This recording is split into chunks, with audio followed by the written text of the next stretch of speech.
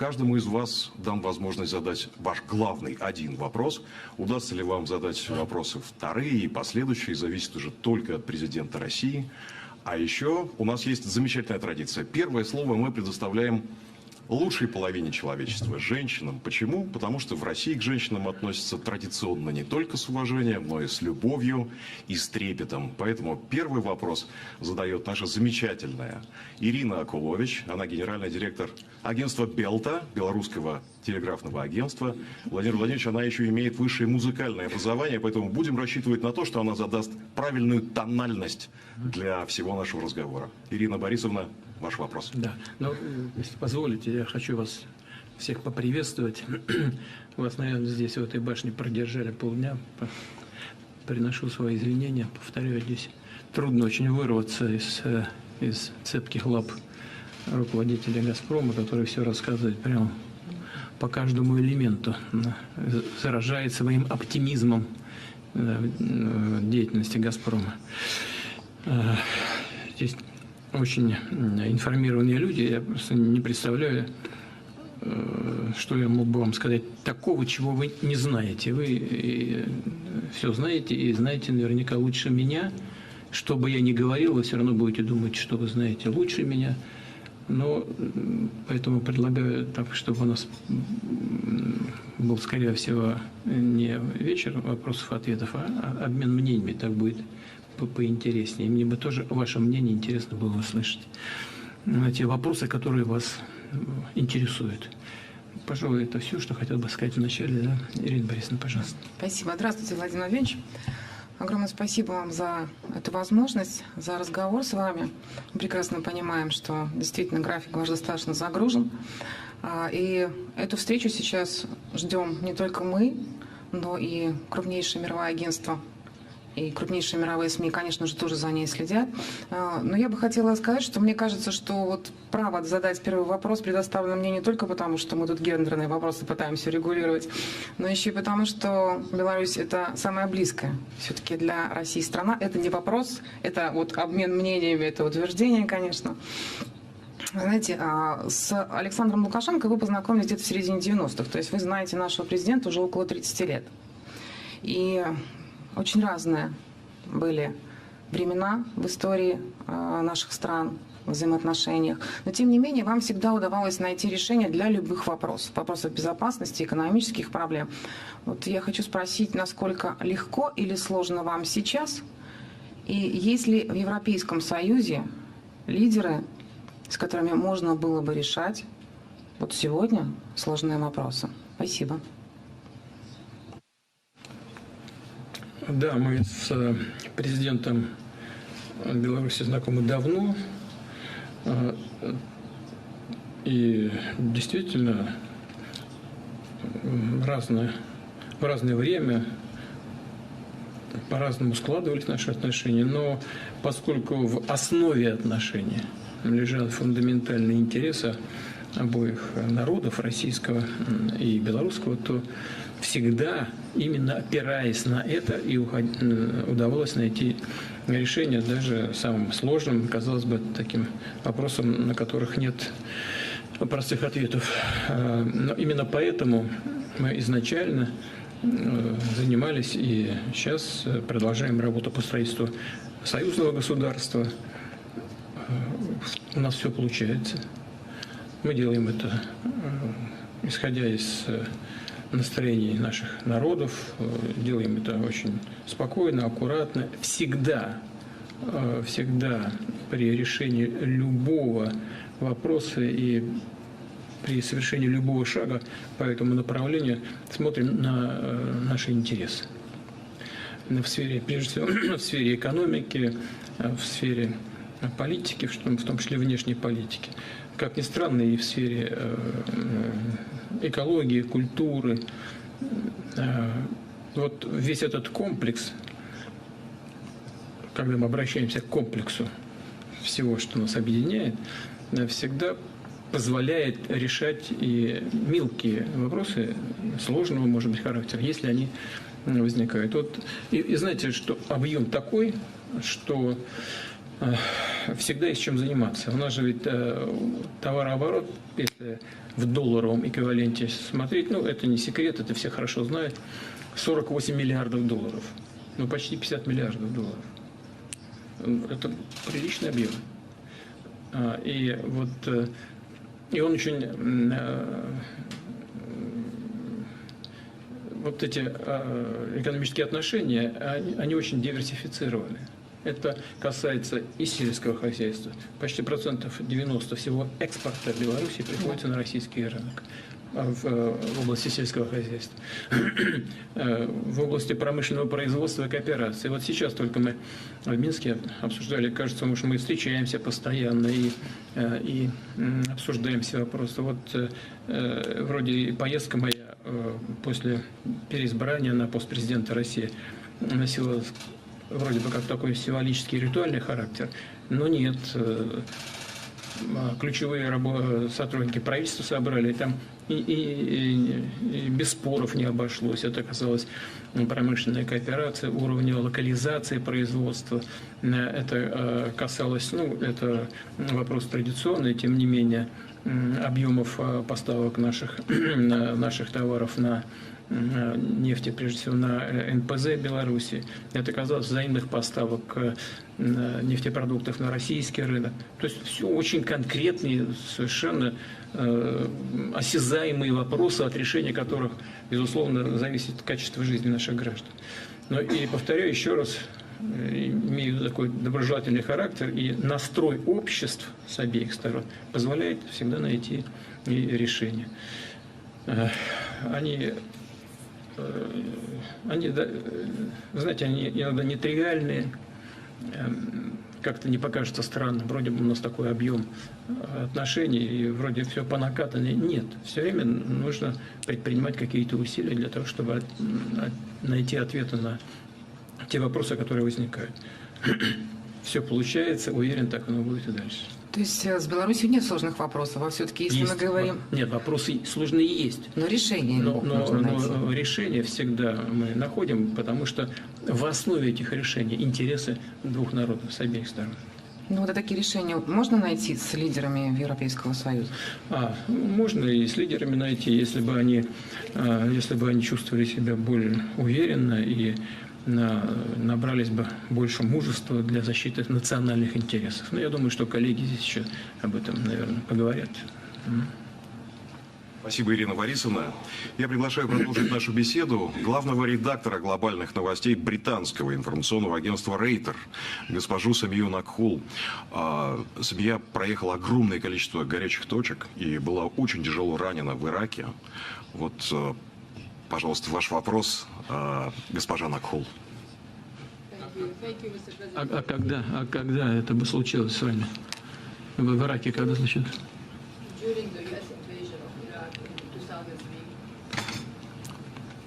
It's during the invasion of Во Iraq время in 2003. вторжения в 2003 году. Понятно. Thank you. Thank you for receiving us. Спасибо, что Mr. принимаете нас. President, given your past Господин interaction with президент, both учитывая ваше President Donald Trump последнее and взаимодействие с President президентом Biden, Трампом can и you с give us, президентом Байденом, according to your не могли бы perspective вы and your представить views, свое which one do you видение, think would be the с most кем favorable вам, candidate or, кого бы предпочли как to US кандидата and Russian relations, для отношений given the между ongoing США war и that is Россией, учитывая going ту on in текущую UK войну, now? которая происходит сейчас на Украине? Ну, я уже говорил, все восприняли мое заявление по поводу господина Байдена так с усмешками, но и увидели в этом какой-то скрытый даже наезд на президента Байдена. Значит, ну, действительно, ведь он политик старой школы. И вот то, что ему не понравилось, он потом в известной степени начал меня даже атаковать. Я так и думал, что так и будет. Значит, я прав, он предсказуем. Все это подтверждает только наши соображения о том, о чем я говорил. Но если так по большому счету, нам все равно, потому что и господин Трамп, которого обвиняли чуть ли не в шпионаже в пользу России, как мы понимаем, что это чушь полная, просто бред какой-то. Это просто как элемент внутриполитической борьбы был в отношениях между демократами и республиканцами. Нелепое обвинение в сторону Трампа, и это мы всегда и воспринимали как элемент внутриполитической борьбы в самих Соединенных Штатах. И потом это все подтвердилось в результате всяких расследований внутри США. Никаких особых связей у нас с господином Трампом никогда не было. Но фактом остается то, что он, как раз будучи президентом, начал вводить какие-то массированные санкции в отношении Российской Федерации. Он вышел с договора по ракетам меньшей, средней и меньшей дальности. Это же при его президентстве было сделано. Поэтому сказать, что я говорю совершенно искренне, что мы полагаем, что после выборов что-то изменится на российском направлении в американской политике, я бы так не сказал. Мы так не думаем. Думаем, что ничего, по сути, такого серьезного не произойдет. Но вот то, что в Штатах происходит, вы-то все прекрасно знаете, что там происходит в ходе внутриполитической борьбы. Они сжигают себя изнутри, свое государство, свою политическую систему. И должен сказать, приятно это или нет, но и свое мнимое лидерство в сфере демократии тоже сжигают прямо на корню. Потому что во всем мире является очевидным, что преследование Трампа, тем более в судебном порядке, по обвинениям, которые сложились на основании событий, которые происходили года назад, без прямых доказательств, это просто использование судебной системы в ходе внутриполитической борьбы. Впрямую. Для нас в России это очевидно. Уверен, что и в Великобритании это очевидно. Во всем мире так все считают. И главное, что в самих Соединенных Штатах так считают. Потому что после известного решения суда, где присяжные вынесли вердикт виновен, как мы знаем все, рейтинг господина Трампа вырос, по-моему, сразу на 6%. И сборы сразу увеличились в его предвыборный штаб. Но это же о чем это говорит? Это говорит о том, что люди в США не верят судебной системе, которая принимает такие решения, а наоборот, считают, что они приняты по политическим мотивам. Вот как ни странно, и в сфере международной политики, во внутренней политике, но и в экономической политике, я думаю, что сегодняшняя администрация совершает одну ошибку за другой, одну за другой. Даже иногда удивляешься, когда смотришь на то, что происходит. Поэтому мы смотрим на это со стороны. Мы во внутриполитические процессы в Соединенных Штатах никогда не вмешивались и вмешиваться не собираемся. Но посмотрим, к чему это приведет. Хочу закончить, отвечать на ваш вопрос тем, с чего начал. Для нас конечный результат, как мы полагаем, большого значения не имеет. Мы будем работать с любым президентом, которого изберет американский народ. Что касается Украины, вы не считаете, что что-либо изменится с точки зрения поддержки Украины в войне, если Трамп вернется? Вы не думаете, что будут перемены? Трудно сказать. Я не могу сделать однозначного вывода, изменится что-то или нет. Вы понимаете, это нужно посмотреть на приоритеты будущей администрации. Если будущая администрация будет ориентирована на национальные интересы, и если они будут считать, что национальные интересы будут заключаться в том, чтобы стабилизировать ситуацию внутри страны, чтобы сделать ставку не на иммиграцию, а на консолидацию общества внутри Соединенных Штатов, чтобы избавиться от тех ошибок, которые привели к большой инфляции и к огромному долгу внутри Соединенных Штатов, то тогда, конечно, вот исходя из внутренних национальных интересов, если будут действовать таким образом, они будут преследовать цели глобального либерализма, которые, на мой взгляд, разрушают сами Соединенные Штаты изнутри. Вот это стремление быть лидером глобального либерализма. Вот если будут руководствоваться национальными интересами, тогда могут быть какие-то изменения во внешней политике и в отношении России, и в отношении конфликта на Украине. Ну, как вы понимаете, я сказал, если, ну, вот в этом случае возможно изменение. Но я думаю, вы согласитесь со мной в том, что ведь Украина-то в Соединенных Штатах никого не интересует. Интересует величие Соединенных Штатов, которые борются не за Украину и не за украинский народ, а за свое величие и за свое лидерство в мире. И ни в коем случае не хотят допустить какого бы то ни было успеха России, именно потому, что считают, что в этом случае будет нанесен ущерб лидерству США. В этом весь смысл того, что делает США. А вот если будущая администрация изменит вектор целеполагания для себя и будут видеть смысл своего существования и своей работы в укреплении Соединенных Штатов изнутри, укреплении экономики, финансов, выстраивании нормальных отношений в мире, более уважительное по отношению ко всем, тогда может что-то измениться. Это зависит, на мой взгляд, от настроения общества. Вот настроение общества все-таки в известной степени вот в эту сторону сдвигается. И если будущая администрация поймает этот ветер в свои паруса, то тогда изменения возможны.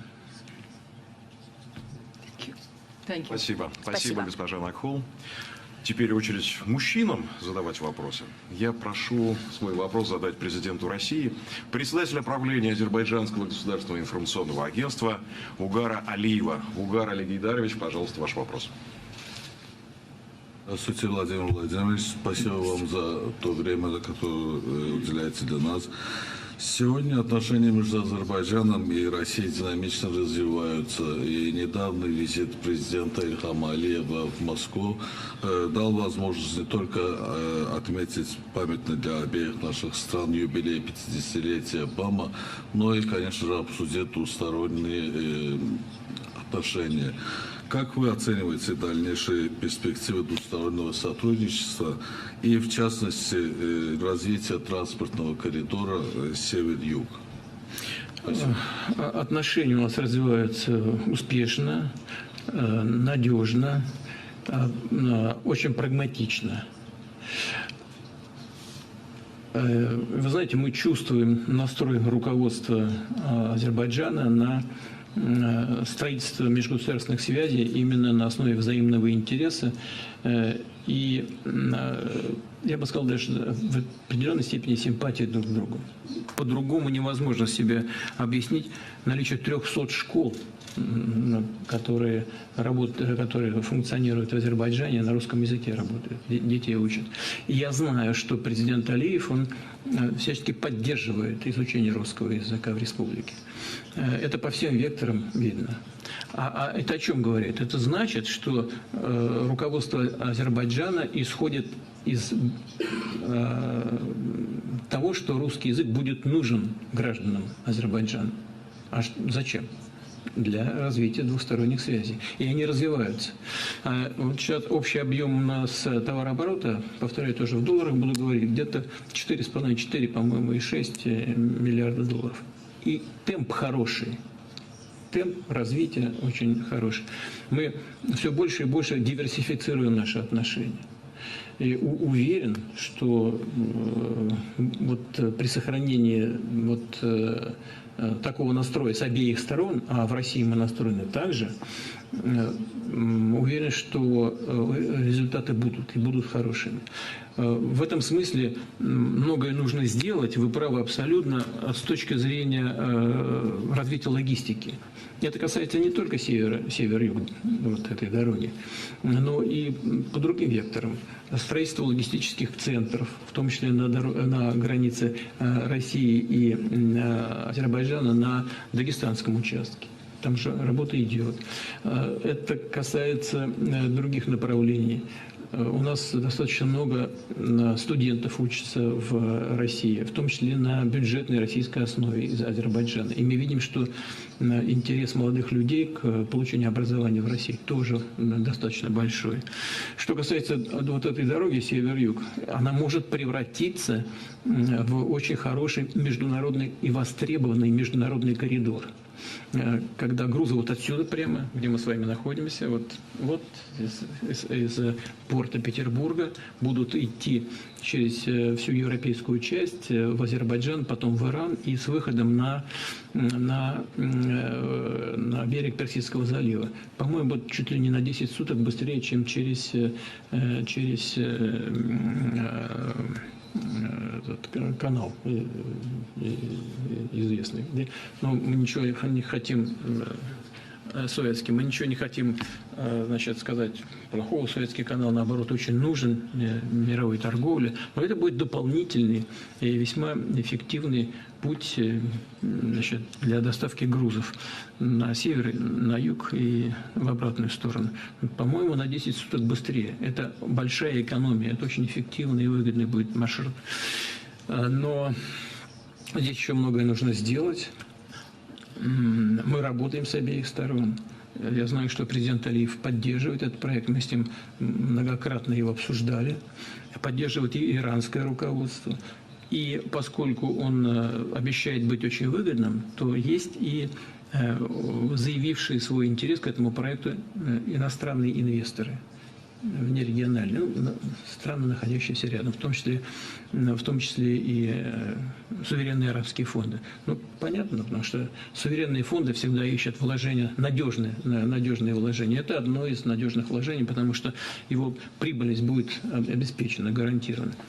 Там есть вопросы, которые требуют дополнительного исследования. Какие участки, как мы будем, в том числе по территории Азербайджана, какие участки и как мы будем финансировать. Будет ли это кредит, будет ли это, значит, прямое финансирование со стороны России.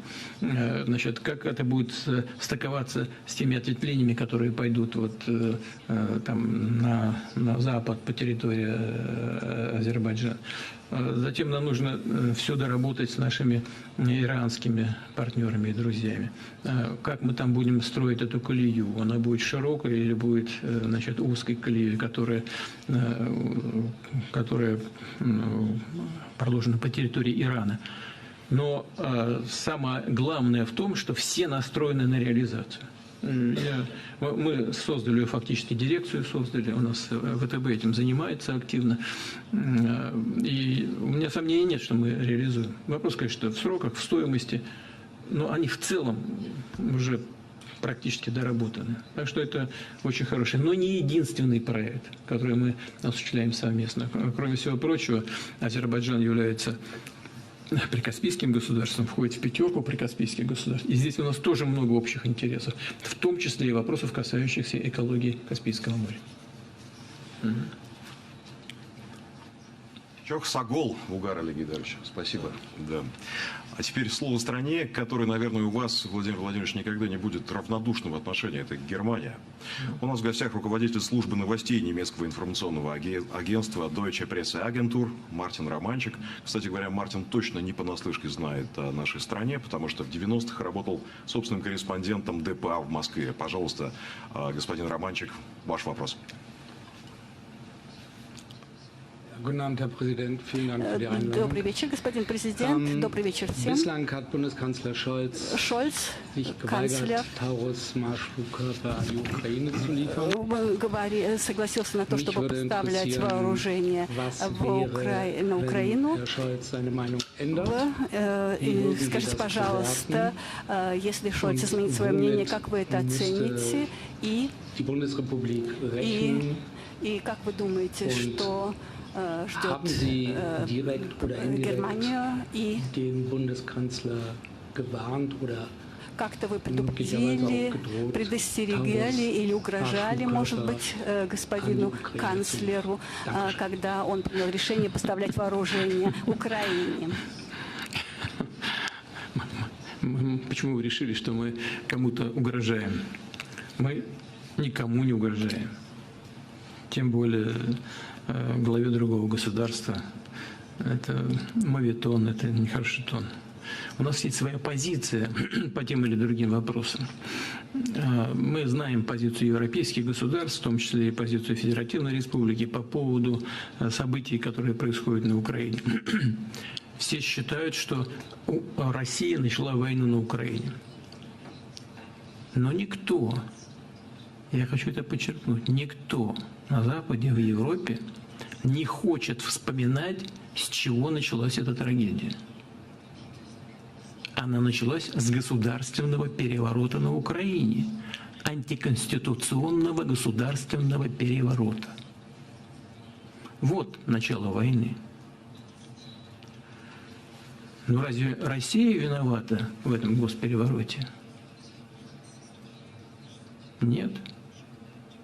А разве забыли те, кто сегодня пытается обвинять Россию, что министры иностранных дел Польши, Германии и Франции приехали в Киев и поставили свои подписи под документом о урегулировании внутриполитического кризиса как гаранты того, что кризис должен быть завершен мирным и конституционным путем. Этого в Европе, в том числе и в Германии, предпочитают не вспоминать.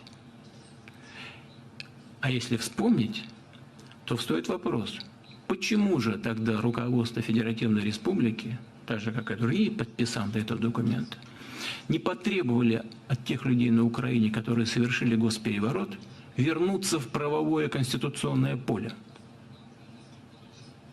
Почему же они пренебрегли своими обязательствами как гарантов договоренности между оппозицией и действующей тогда властью? Вот они и виноваты в том, что случилось. Наравне с теми силами в Соединенных Штатах, которые провоцировали захват власти неконституционным путем. Разве неизвестно, что за этим последовало? Последовало решение жителей Крыма выйти из состава Украины. Последовало решение жителей Донбасса не подчиняться тем, которые совершили госпереворот в Киеве.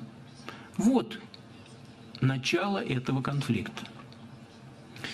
А потом Россия предприняла все усилия для того, чтобы найти формулу урегулирования мирными средствами.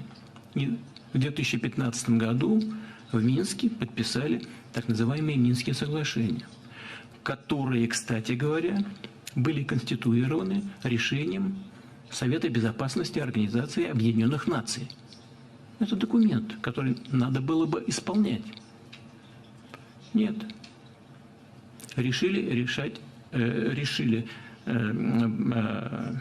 эту проблему закрыть вооруженным путем.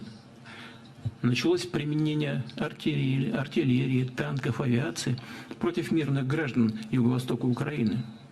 Почему-то об этом ни в Германии, ни в других европейских странах, ни в США никто, повторяю, никто не хочет вспоминать. Ладно, мы способствовали подписанию Минских соглашений, но их, как выяснилось, никто не собирался выполнять.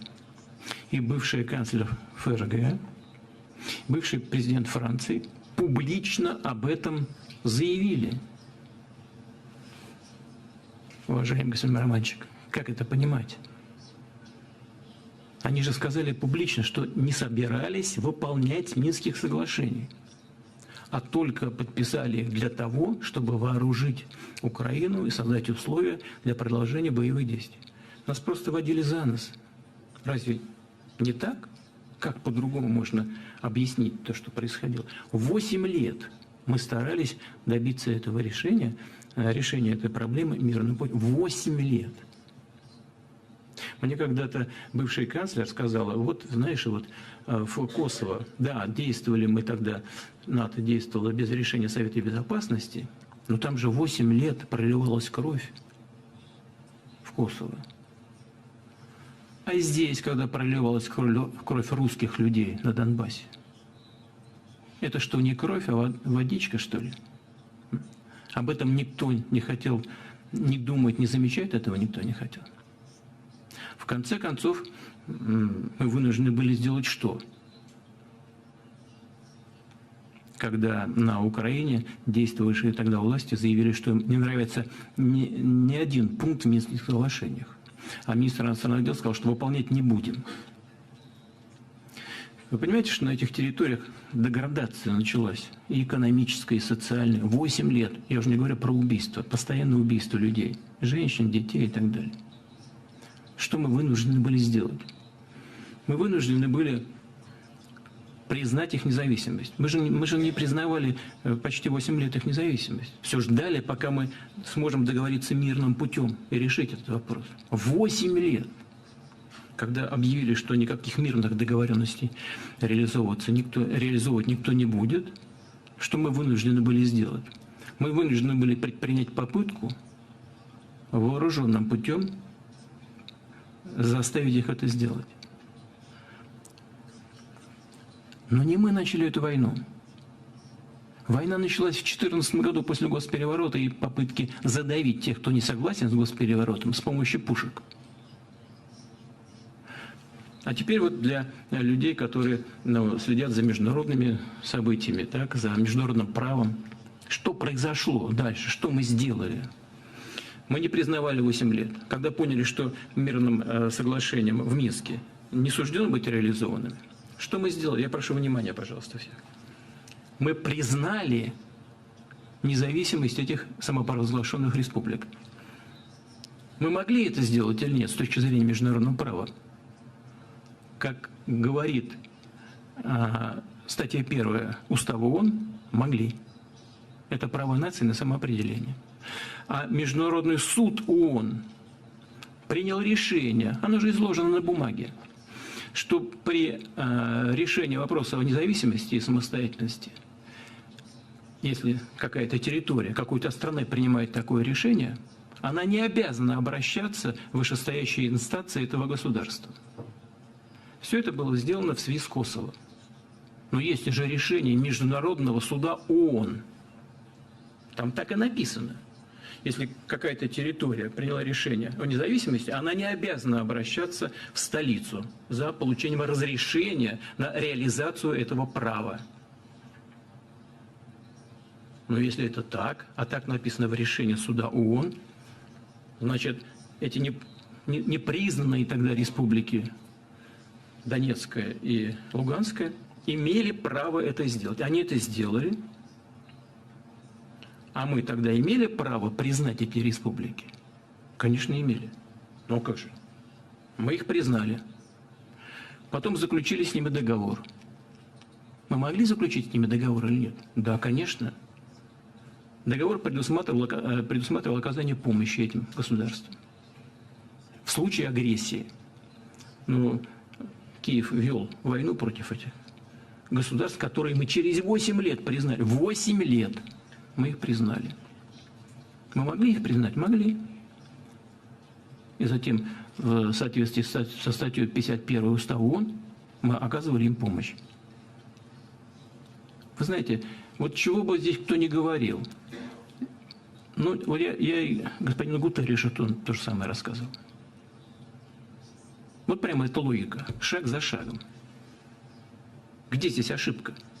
Где здесь нарушение международного права? Их нет, этих нарушений, если говорить с точки зрения международного права. Да, мы потом слышим ответ. Но все равно вы напали. Мы не напали, мы защищались, чтобы всем было понятно. А первый шаг к войне сделали те, которые поощряли госпереворот.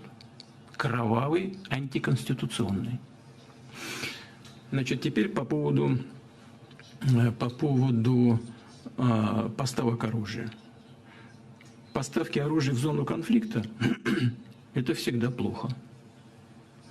Тем более, если это связано с тем, что те, кто поставляют, они не только поставляют оружие, а управляют этим оружием. И это очень серьезный и очень опасный шаг. Мы же с вами знаем, и в Федеративной Республике это не отрицают, как, уж я не знаю, как это попало в прессу, когда генералы Бундесвера обсуждают, куда и как им наносить удары. По Крымскому мосту или по каким-то другим объектам на территории России. В том числе и на той территории, в принадлежности которой к России никто не сомневается. Когда на украинской земле появились первые немецкие танки немецкого производства, это уже произвело такой морально-этический шок в России, потому что отношение к Федеративной Республике в российском обществе всегда было очень хорошим. Но очень хорошим. Теперь, когда говорят, что сейчас еще появятся какие-то ракеты, которые будут наносить удары по объектам на территории России, это, конечно, окончательно разрушает российско-германские отношения. Но мы понимаем, что, как говорил один из известных немецких политических деятелей, после Второй мировой войны Федеративная Республика Германия никогда не была в полном смысле этого слова суверенным государством.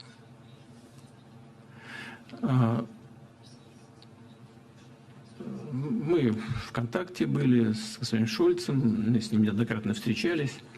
Я сейчас не хочу давать оценок качеству работы федерального правительства, но эти оценки дает немецкий народ, немецкий избиратель. Скоро выборы в Европейский парламент. Посмотрим, что там будет происходить.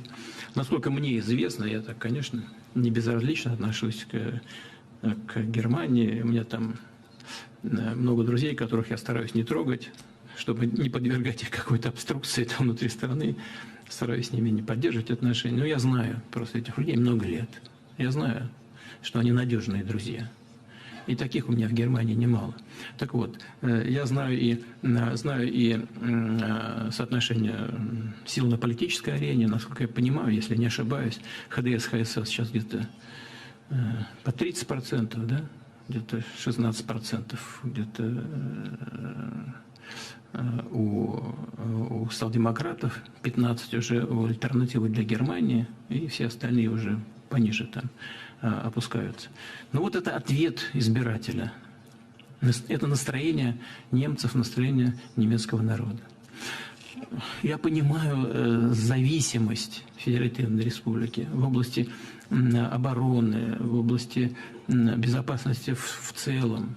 Я понимаю зависимость в области политики, информационной политики, потому что там, куда ни ткни, в какое-нибудь крупное издание, я не знаю, где вы работаете, но конечный бенефициар за океаном, какой-нибудь американский фонд.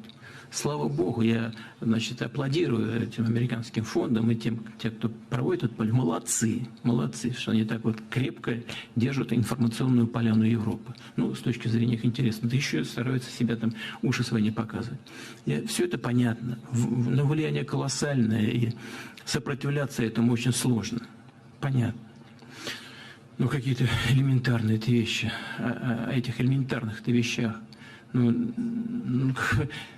даже странно, что никто в сегодняшнем немецком руководстве не защищает немецкие интересы.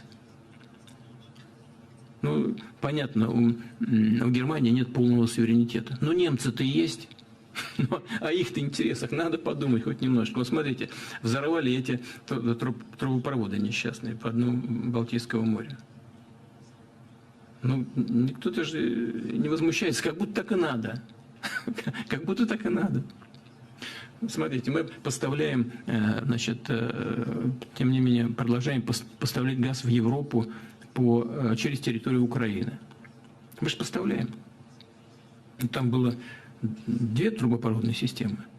Одну из них украинская страна закрыла. Видите, завинтила, просто закрыла и все. Хотя оснований для каких нет. Оставила только одну трубопроводную систему. Ну ладно, но через нее газ в Европу-то идет, и европейские потребители получают этот газ. Через Турцию идет по турецкому потоку. Тоже наш газ идет в Европу по турецкому потоку. Европейские потребители получают его. Ну хорошо, взорвали одну трубу Северного потока. Но одна труба Северного потока, она жива, слава богу. Почему Германия не хочет получать наш газ по этой трубе? Кто-нибудь может объяснить? В чем логика? Через территорию Украины можно получать, через Турцию можно получать, а по Балтийскому морю нельзя получать. Ну что это за бред такой?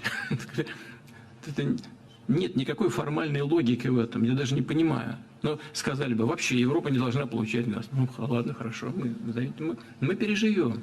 Вот «Газпром» переживет это. Но вам это не надо? Вам нужно покупать втридорога сжиженный природный газ через океан, который возят? Ну, а ваши экологисты, они что, не знают, как получают сжиженный природный газ с помощью гидроразрыва? Спросите у тех жителей в Соединенных Штатах, где производят этот газ. Там иногда из кранов вместо воды жижа течет. Ваши экологисты, которые у власти находятся в правительстве, они что, этого не знают? Ну, знают, наверное. Значит, Польша взяла свою ветку, Ямал-Европа, взяла, закрыла. В Германию шел газ через Польшу. Мы же не закрывали, это же поляки закрыли. Результат влияния на экономику Германии, вот этих вот прекращения наших связей в сфере энергетики, вам известен лучше, чем мне. Он печальный результат. Многие предприятия крупной промышленности ищут, где бы им приземлиться, но только не на германской территории. И в США открываются, и в Азии открываются. Но условия хозяйствования такие, что они становятся неконкурентоспособными. А это, между прочим, может иметь тяжелые последствия для экономики Европы в целом, потому что германская экономика, все это хорошо знают, не в обиду никаким другим европейцам, но это локомотив европейской экономики. Она будет чихать и кашлять, все остальные сразу заболеют гриппом. Но экономика Франции, она же вот сейчас тоже балансирует на грани рецессии. Это всем хорошо известно. А если немецкая будет опускаться ниже, всю Европу сотрясет. Значит, поэтому я сейчас, знаете, не призываю к нарушению каких-то евроатлантических связей, не хочу сейчас вот начнут там, вы или не вы, сейчас кто-то услышит, что я говорю, скажет, вот он призывает к расколу евроатлантической солидарности. Ну да нет, послушайте, у вас там есть, я считаю, ошибочная политика. Просто грубая ошибка на каждом шагу. Я думаю, что и для самих Соединенных Штатов то, что сейчас происходит, это ошибка большая. Такая капитальная. А значит, из-за желания сохранить там лидерство, причем такими средствами, как они делают, наносят сами себе ущерб. Но для Европы-то это еще хуже. Но хоть какие-то, да, можно было сказать, мы вас поддерживаем здесь, здесь и здесь. Но вот это наше, послушайте, если мы подорвем свою экономику, всем будет плохо. Ни в коем случае нельзя этого делать. Мы против, это табу, вот на это не покушайтесь. Но сегодняшнее федеральное правительство и этого не делает. Я, честно говоря, даже иногда теряюсь, где логика такого поведения. Ну хорошо, собирались подорвать экономику России и полагали, что это произойдет в течение 3, 4, 6 месяцев. Но все же видят, что этого не происходит. В прошлом году у нас рост экономики 3,4%. В этом году, в первом квартале текущего года, рост экономики России составил 5,4%. Да? Значит, больше того, Всемирный банк пересчитал. Мы ставили перед собой цель, по данным международных структур финансово-экономических, мы были на 5-м месте по паритету покупательной способности в мире. на 5-м месте. Вот. И ставили перед собой цель выйти на 4-е место. Ну, я думаю, что вы следите за тем, что и как считают коллеги в международных финансовых институтах. Всемирный банк недавно совсем, вот недавно, на прошлой неделе, по-моему, посчитал наш ВВП. И пришел к выводу, что мы обгоняем Японию. По мнению Мирового банка, Россия сегодня 4-я экономика мира по паритету покупательной способности. То есть эта цель достигнута. Важно не это, конечно. Это не самоцель. Важно сохранить темп, движение вперед. Но и это нам пока удается, потому что за первый квартал рост, как я уже сказал, составил 5,4% ВВП. Но я к чему это говорю? Не для того, чтобы похвастаться, а для того, чтобы, те, кто пытаются нам помешать, навредить и затормозить наше развитие, должны были бы понять, что то, что они делают, больше вредит им самим, чем нам. Ну, а поняв это, должны сделать какие-то выводы и скорректировать как-то свое поведение для себя самих, любимых. Нет, но этого не происходит. Я не хочу никого обидеть, но уровень профессиональной подготовки тех людей, которые принимают решения, в том числе и в Федеративной Республике, на мой взгляд, оставляет желать лучшего.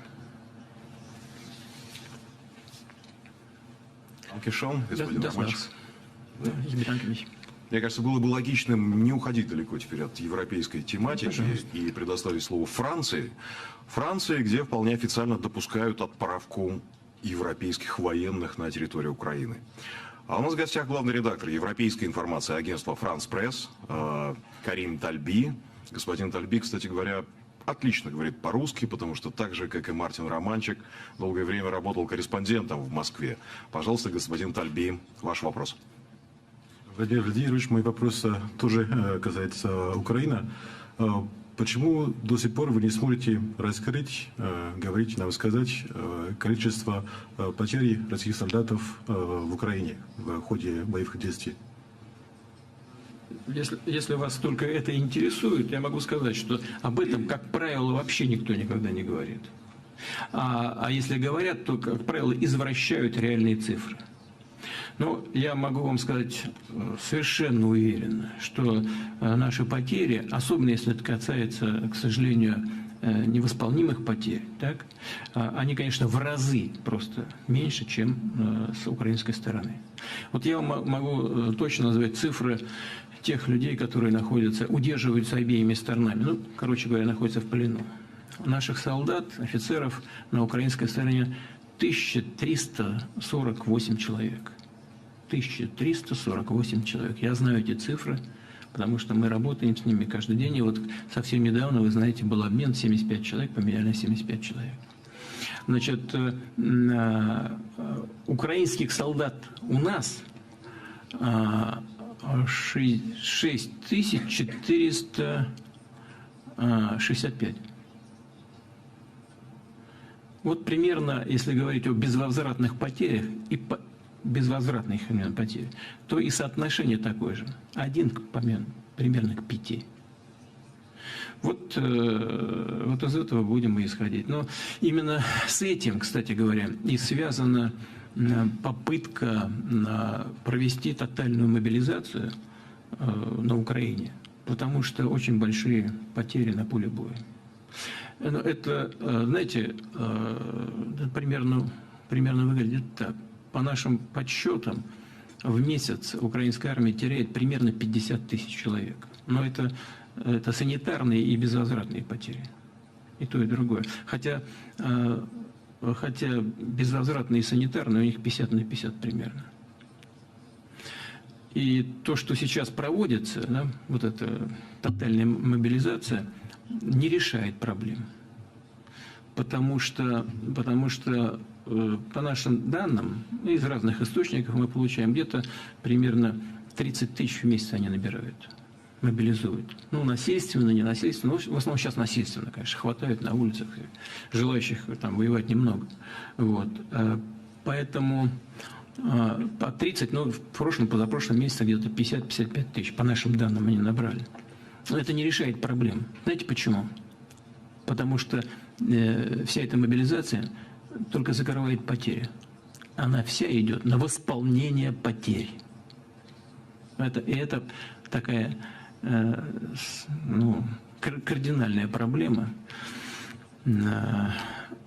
которая ведет к понижению возраста мобилизации. Вот сейчас с 27 вышли на 25, и мы просто знаем это с украинской стороны. Это там все это секрет Полишинеля, там секретов вообще никаких нет. Значит, администрация США настаивает на том, чтобы поэтапно хотя бы снижался порог с 25 до 23, потом до 20 лет, а потом до 18. Или сразу до 18. Потому что сейчас уже требует постановки на учет 17-летних юношей. Это мы знаем наверняка. Вот это требование со стороны администрации США к украинскому руководству, которое, если можно считать руководством, после того, как были отменены выборы.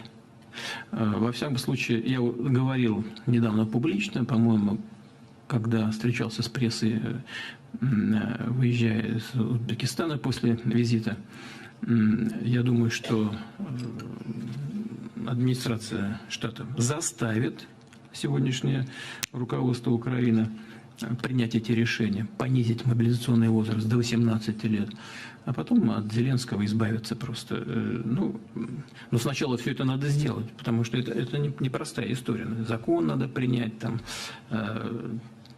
совершить определенные шаги. Сейчас у нас июнь 2024, чтобы все это сделать, мне кажется, это нужен год. Это до весны, до начала, как минимум, следующего года его будут терпеть. Когда он все сделает, скажут: до свидания. И поменяют. Там несколько кандидатов есть, насколько я понимаю. Но это связано с большими потерями. Я сказал 50 тысяч. Это самый скромный подсчет. Это 50 тысяч, это то, что мы видим на поле боя. А если иметь в виду, что есть еще и потери, которых мы не знаем, что они есть, но мы просто не можем посчитать, они где-то в глубине в тылу находятся, то на самом деле это больше. Если о потерях. Вы потери из-за того, что президент довольно коротко ответил по сравнению с другими. Нажмите, пожалуйста. Вы мне позвольте дополнительный вопрос просто. Пожалуйста. По поводу нашей потери АФП-ски. По поводу? У нас был один журналист, Арман Сордин, который на 9 мая 2003 года умер в Украине. Он умер, скорее всего, по нашим оценкам, после авиаударов, дрона. Франция, Министерство юстиции во Франции ведет расследование из-за того, что он был в час яр в Украине. Предполагает, что дрон пришел из России. Вопрос даже не в этом. Министерство юстиции Франции захочет вести расследование, и для этого... Что захочет? Расследование. Да. Готова ли Россия просто сотрудничать с Францией на это расследование, чтобы мы могли знать, что по-настоящему произошло? Для нас это была большая трагедия, для АФП. Конечно, во-первых, очередь для его семьи. Ему 32 года, Арман Сордин. Поэтому нам очень захочется, чтобы была какая-то реальная и серьезная работа расследования, чтобы знать, что произошло, и если Россия была в этом причастна, конечно. Вы знаете, что мы никогда не отказывались ни от каких расследований. Вы знаете, сколько у нас журналистов погибло в зоне боевых действий? Сколько, Дим, не помнишь?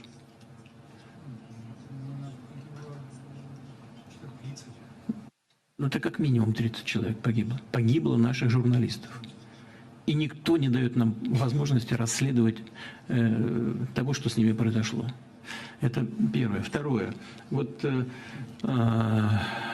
Если говорить о том, что происходит на Украине, там в тюрьме, в застенках киевского режима был замучен американский журналист. Но в отличие от вас, Соединенные Штаты даже не ставят вопрос о расследовании того, что же с ним случилось. Американский гражданин, журналист. Его захватили на границе, притащили в тюрьму, и он там погиб. Его замучили просто. В прямом смысле этого слова. Никто не озаботился вопросом о том, а что же на самом деле с ним произошло. Так что, да, несмотря на это, мы готовы организовать эту работу. Не знаю, как это можно сделать на практике, потому что если человек погиб в зоне боевых действий, ну, пожалуйста, мы сделаем все, что от нас зависит. Большое спасибо, господин Дальби. А сейчас я предлагаю присоединиться к беседе нашего коллегу из Ирана, генерального директора информационного агентства ИРНА, господина Али Надири. Мы очень ценим, что вы, господин Надири, несмотря на недавнюю трагедию с авиакатастрофой и гибелью президента Раиси и продолжающуюся кампанию выборную в вашей стране, все-таки нашли время прилететь в Петербург. И еще раз позвольте выразить вам, нашим иранским коллегам и всему иранскому народу слова глубочайшего соболезнования. И ваш вопрос, господин Надири, пожалуйста.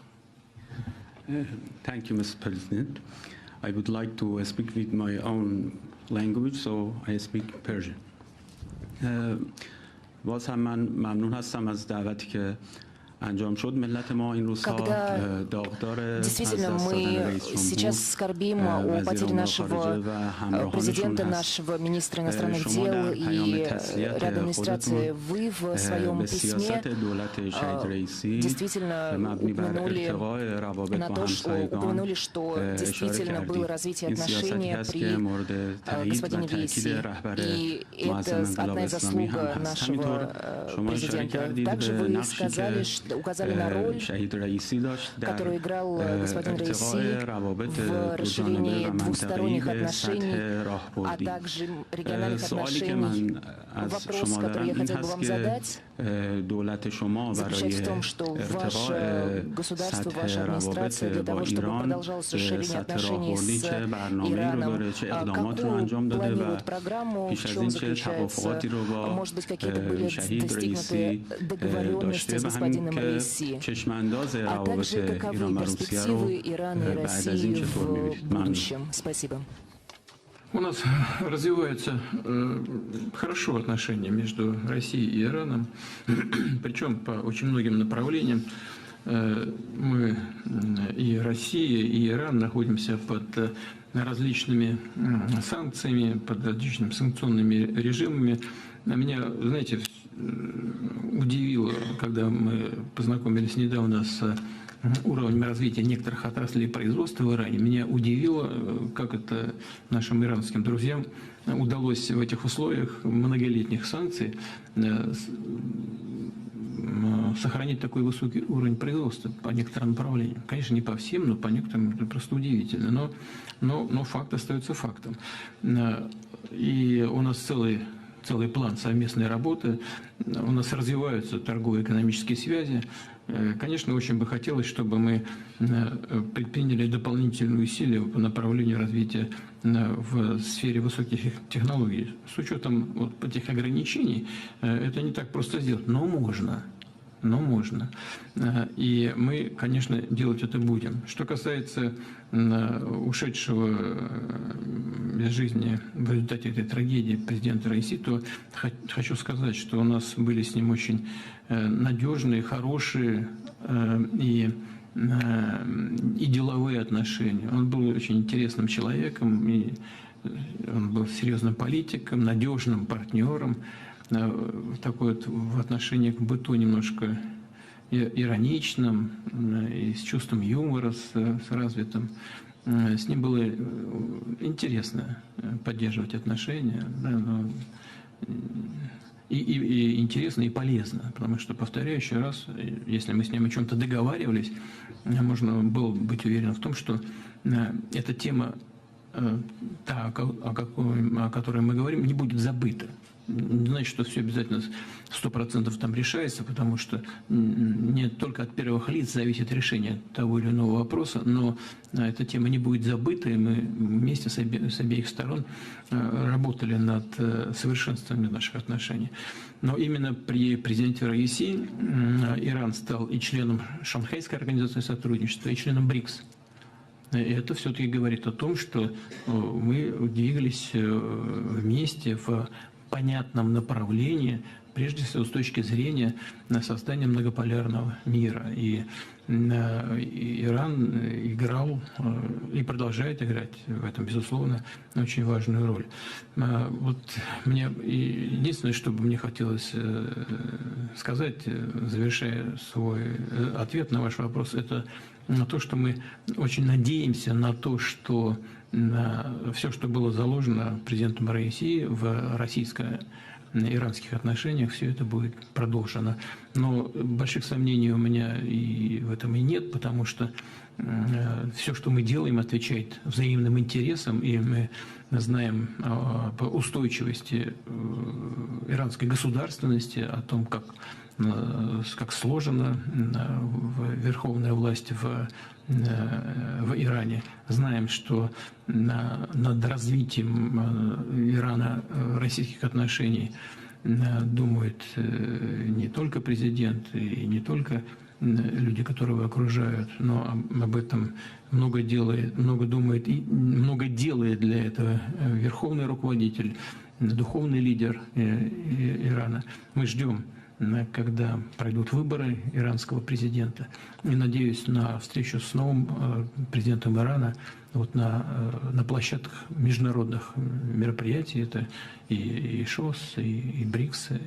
Уверен, что мы найдем общий язык и будем работать над реализацией всех планов, которые были намечены ушедшим из жизни президентом России. Спасибо, господин Адыри. Следующий участник нашего диалога – это добрый друг агентства ТАСС, главный редактор китайского информационного агентства Синьхуа Лю Яньсун. Господин Люй прекрасно говорит по-русски, и мы хорошо знаем, что он любит петь и русские песни, и очень любит советское кино. Нихао, господин Люй, вам слово. 尊敬的总统先生，您不久前刚刚对中国进行了国事访问，中俄关系历久弥坚，已经成为新兴国际关系和相邻大国关系的典范。我今天想请问您如何评价中俄关系的现状以及发展前景？如何评价中俄合作共赢对地区以及世界发展具有的意义和产生的影响？谢谢您。 Что касается двухсторонних отношений, то хочу обратить внимание, что они не носят ситуативного характера. Они основаны на таких глубинных взаимных интересах. Ведь на протяжении 15 лет Китай является нашим основным торгово-экономическим партнером. То есть мы начали складывать наши отношения и довели его до сегодняшнего уровня не в связи с какими-то конъюнктурными политическими событиями текущего дня, а задолго до этого, основываясь на взаимных интересах, действовали очень аккуратно, спокойно, поэтапно. И надо сказать, что у нас практически все получается. Сейчас объем торгового оборота превышает наши ожидания. По китайской статистике это 240 миллиардов долларов, по нашей чуть меньше, это где-то 230 примерно. Вот. Но дело даже не в объеме товарооборота, а дело в том, что мы его диверсифицируем и достаточно успешно. Это касается не только углеводородов, не только энергетики, а мы поставляем и нефть, и газ, и уголь, и электроэнергию в Китай. Мы строим атомные электростанции в Китайской Народной Республике. И все это достаточно успешно, все это происходит. Но у нас и в сфере высоких технологий хорошие перспективы. Я имею в виду авиастроение, имею в виду искусственный интеллект. Знаете, мы очень радуемся за Китай, за успехи, которые демонстрирует Китайская Народная Республика в очень многих областях, в том числе, скажем, в космосе. Это просто уникальные достижения. И Компартия Китая является ведущей политической силой в Китае. Конечно, все, что делается, происходит под руководством Коммунистической партии Китайской Народной Республики. Вы знаете, на что хотел бы обратить внимание? Вот я не помню, я где-то уже говорил, не знаю, в такой компании это будет интересно или нет. Но некоторые наши эксперты, и хорошие экономисты, достаточно молодые люди, но уже достаточно опытные, они вот что говорят. Они говорят, что анализ того, что происходит, скажем, в китайской экономике, анализ того, что происходит в экономиках других стран мира, в том числе в ведущих экономиках, включая Соединенные Штаты, показывает, что все-таки китайцам удалось создать такую очень своеобразную, но весьма эффективную модель экономического развития, более эффективную, чем в тех же Штатах. И судя по результатам работы китайской экономики, похоже, что так оно и есть. Да, можно много ругаться, спорить там с китайским руководством, что некоторые западные коллеги наши делают, говорить о том, что у них там что-то не рыночное, говорить о том, что они курс юаня устанавливают там решениями Политбюро и так далее. Ну, это все что угодно можно говорить. Но результат-то всем известен, а результат такой, что он говорит о том, что такая модель является более эффективной. Ну и кто может в этом обвинять Китай? Там, значит, рыночное, нерыночное, 1,5 миллиарда человек. Китайское руководство обязано думать о каждом. И что, не все из этих 1,5 миллиардов живут так, как средний европеец или средний американец. Поэтому китайское руководство имеет право применять такие методы руководства экономикой, да, чтобы удовлетворять насущные потребности своих людей, своих граждан. Что китайское руководство во главе с руководителем, председателем КНР и моим хорошим другом, как мы говорим все время с обеих сторон, что они и делают. И делают, кстати говоря, очень исправно и очень надежно. Ну что же, можно только порадоваться. Мы знаем обо всем, что происходит в экономиках ведущих стран мира, в том числе и китайской. Но в целом она очень надежна и становится все более и более высокотехнологичной. И мне кажется, что это большая ошибка со стороны тех же Штатов или со стороны некоторых европейских стран, которые хотят или пытаются как-то затормозить экономику Китая. Потому что, на мой взгляд, чтобы самим быть успешными, надо было бы встраиваться в эти процессы, а не пытаться им помешать. Потому что, вроде умные люди говорят, китайцы, значит, у китайцев перепроизводство автомобилей, в том числе перепроизводство электроавтомобилей. Это кто это говорит-то? Это говорят люди, которые считают себя рыночниками. Они что, не понимают, они что, не знают, кто определяет, есть перепроизводство или нет? Это определяет рынок. Если Китай производит определенное количество автомобилей, и рынок это все поглощает, забирает, о каком перепроизводстве идет речь? Это просто ерунда какая-то, правда? Разве можно назвать это перепроизводством? Нет, это по-другому называется. Это называется попыткой ограничить рост не рыночными средствами. А это вредно, в том числе в данном случае для американской экономики. А почему? А потому что не будут брать из Китая такой товар, такой. Значит, к чему это приведет? Будут делать что-то другое, или будут делать что-то сами, или где-то покупать в другом месте. А это дороже. А это значит, инфляция будет расти в тех же Штатах. А инфляция негативным образом будет отражаться на всей экономической структуре экономики страны, которая это делает. И это вредно. В данном случае для самой американской экономики. Это ошибка. Очередная. Это очередная ошибка сегодняшней администрации. Вот. А что касается Китая, то под таким вот, умелым, я бы сказал, очень профессиональным руководством председателя Си Цзиньпиня она развивается и развивается нужными для Китая темпами. Что касается других отраслей и направлений, то я уже все время говорю об этом, и здесь могу только повторить, что наше взаимодействие на международной арене является сдерживающим фактором и элементом стабильности. Но, вы знаете, кроме экономики, вопросов обеспечения безопасности взаимной, а мы, как вы знаете, учения проводим и будем проводить это делать. Будем это делать в будущем, в том числе военные учения. Но у нас идет работа в сфере военно-технического взаимодействия. Здесь нам есть что предложить китайским друзьям. Есть.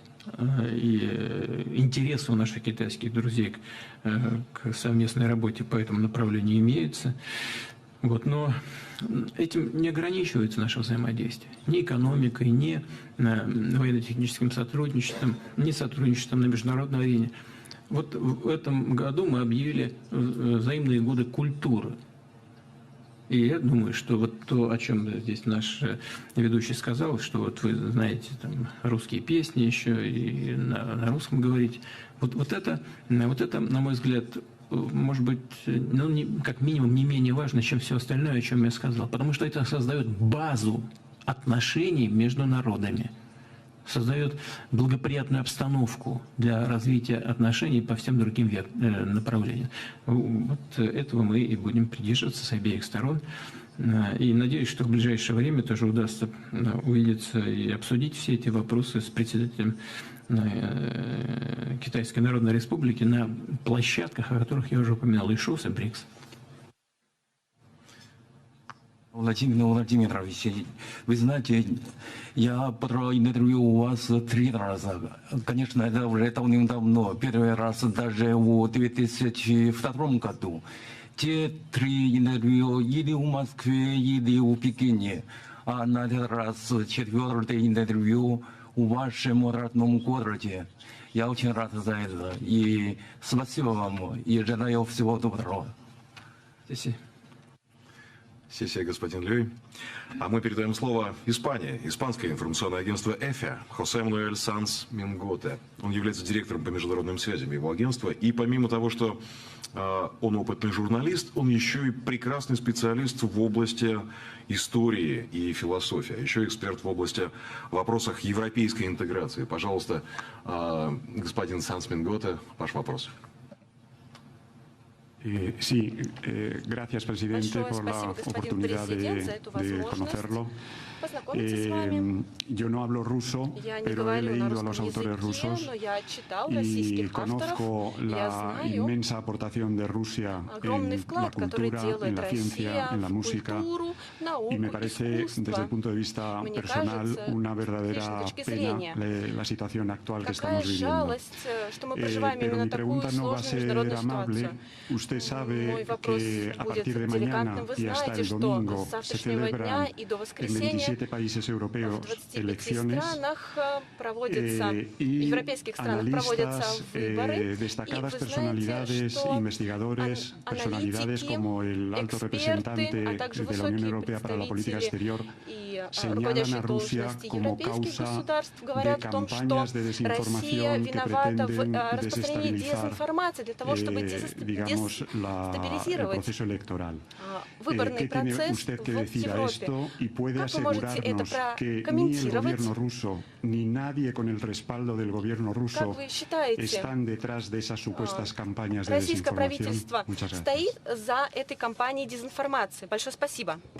Послушайте, вот мы сейчас разговаривали с вашим коллегой из Германии.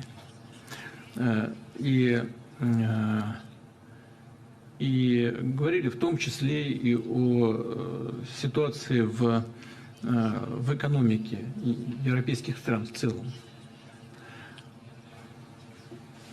Производное состояние экономики – это положение в сфере социальной политики. Это в области доходов граждан, в области сохранения и создания новых рабочих мест, в области их потребления. Европейские страны, они в целом же благополучные государства. И основное, что волнует граждан, это их материальное благополучие.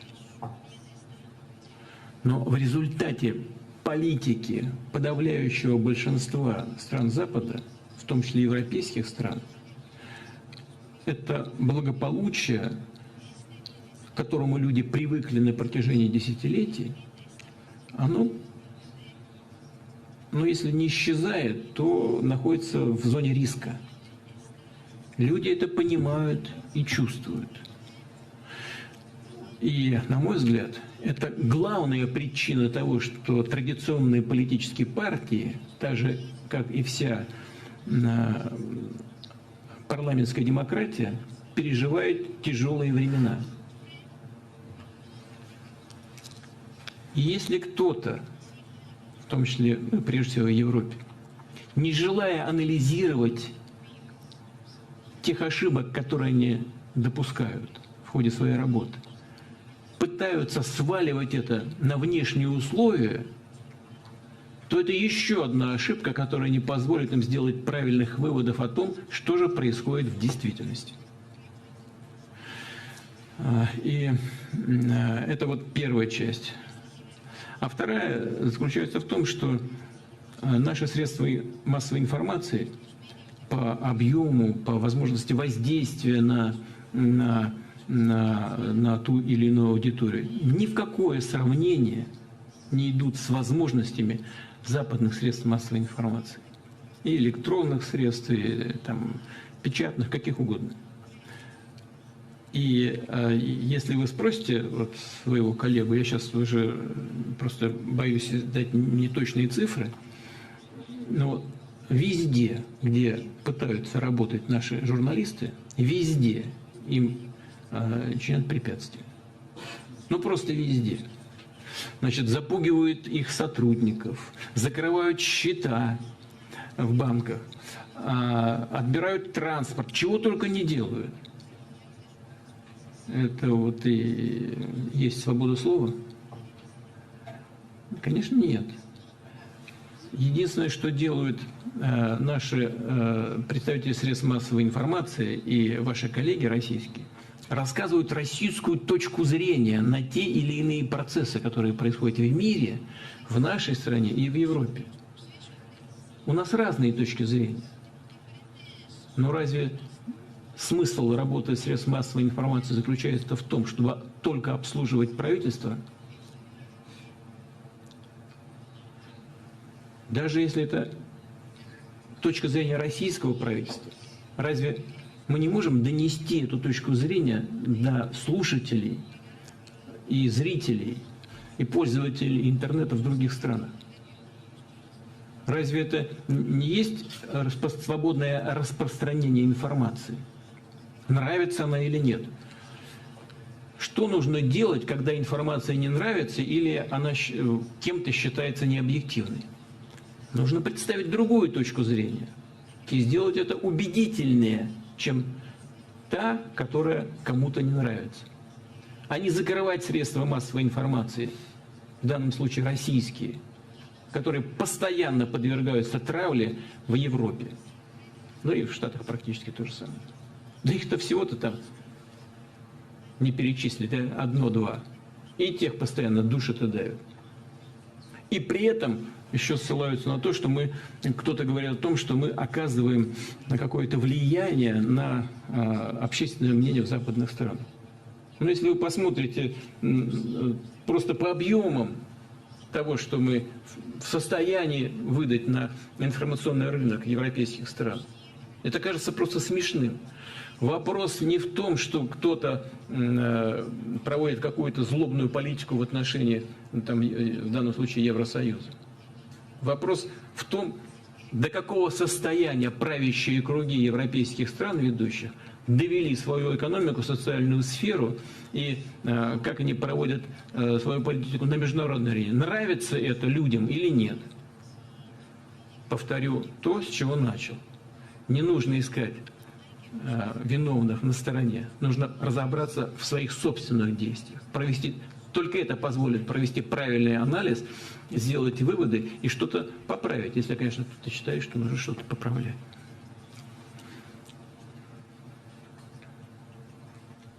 Gracias, господин Санс-Бенготе. Спасибо вам за ваш вопрос. Спасибо. Да. А у нас Казахстан. Генеральный директор информационного агентства «Казинформ» Оскар Балдинов. Оскар Муратович, пожалуйста, ваш вопрос. Владимир Владимирович, скажите, пожалуйста, каково будущее взаимоотношений между Казахстаном и Россией как соседних государств? Очень хорошее. По-другому и не скажешь. У нас очень близкие, не просто близкие, союзнические, стратегические отношения. Вот это уж, что касается России и Казахстана, это можно говорить в полном смысле этого слова. И это касается и торгово-экономических связей. Они растут уверенно каждый год. И уровень товарооборота, об этом говорит растущий уровень товарооборота. У нас очень много направлений нашего взаимодействия. Я даже все сейчас не перечислю. Это энергетика, это промышленная кооперация, это тот же космос, очень много. У нас огромная совместная общая граница. Люди общаются друг с другом. 76 субъектов Российской Федерации имеют прямые отношения с соответствующими территориями в Казахстане. Прямые связи. И они, кстати говоря, являются, наверное, наиболее эффективными, лучше всего работают, потому что люди напрямую контактируют друг с другом, знают друг друга, доверяют друг другу и так далее. Мы с Касымом Жомартовичем Кемелевичем в постоянном контакте с президентом Токаевым. У нас сложились с ним очень добрые, доверительные, дружеские отношения. И вот сейчас, если говорить об энергетике, вы знаете, мы сейчас не только в Узбекистан будем подавать газ, но будем то же самое делать и в отношении Казахстана. Северный Казахстан нуждается в наших энергоносителях. Да, Казахстан сам производит, но тем не менее есть целые большие области Казахстана, которые нуждаются в газоснабжении, и легче получать от нас и дешевле, чем прокладывать там новые маршруты, которые будут стоить миллиарды долларов. Я вообще, честно говоря, не вижу ни одного вопроса, так, который бы был спорным и который как бы хоть как-то осложнил наши отношения. Вот мы говорили о сотрудничестве с Китаем. У нас 90% товарооборота приходится на национальные валюты с Китайской Народной Республикой. Значит, то же самое происходит и в наших отношениях с Казахстаном. Там, наверное, почти уже 100%. Почти все в национальных валютах. Кстати говоря, что касается Штатов, я уже говорил об этом. Сейчас вот послезавтра на экономическом форуме наверняка будут такие же вопросы, тоже поговорим. На мой взгляд, одна из колоссальных ошибок администрации США – это то, что они запрещают использовать доллар в международных расчетах и делают это инструментом какой-то борьбы. Полная дурь, подрывают доверие к доллару. Просто нелепо, Здесь, стиснув зубы, что угодно, только надо беречь доллар. Беречь, не трогать, поднимать его значение, поднимать его авторитет.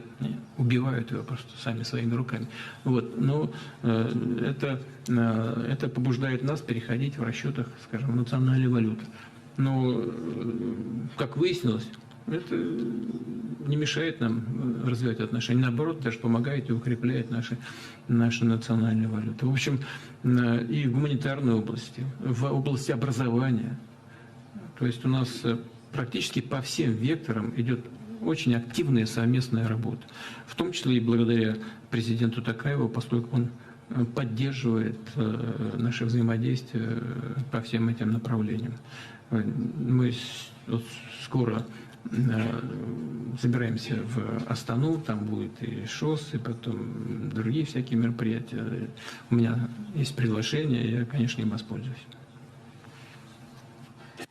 Копр Ахмед, Оскар Муратович. Переходим к следующему участнику. Это заместитель главного редактора итальянского агентства «Анса» Стефано Полли. Господин Полли, кстати, так же, как и Самьян Акхул из агентства «Рейтер», имеет очень богатый опыт работы в горячих точках. А вообще итальянское агентство «Анса» не пропустило ни одну подобную встречу с вами. Это просто всегда наши постоянные гости. Пожалуйста, вам слово, господин Полли. Спасибо. Добрый вечер, господин президент. Спасибо за организацию этой встречи. Я хотел бы задать вопрос по поводу последних событий в Украине. Генеральный секретарь НАТО Столтенберг предложил, чтобы была предоставлена возможность Украине поражать цели на территории России оружием, которое поставляется из Европы. Некоторые европейские страны согласились с этой идеей. И Соединенные Штаты, включая Соединенные Штаты.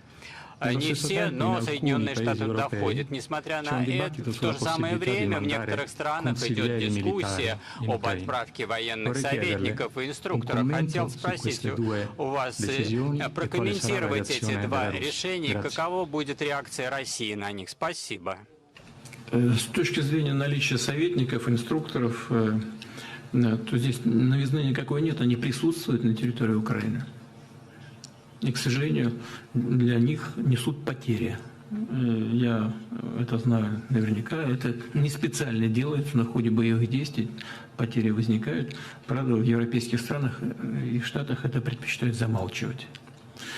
Это первое. Второе, что касается высокоточного оружия дальнего радиуса действия. Здесь нужно на две части разделить эту тему. Первое – это обычное оружие, это вот система залпового огня, дальнобойные, там 70 километров и что-то подобное. Но они применяются давно. И действительно, украинские военнослужащие могут это делать самостоятельно. А вот что касается средств поражения современных, высокотехнологичных средств поражения высокоточных и дальнего действительно радиуса действия, таких как Storm Shadow британские или Атакамс американские, либо французские ракеты.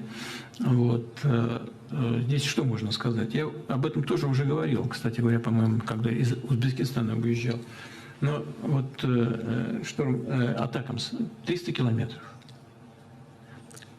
Как они используются, как передаются? Вот они передали ракетную систему, да?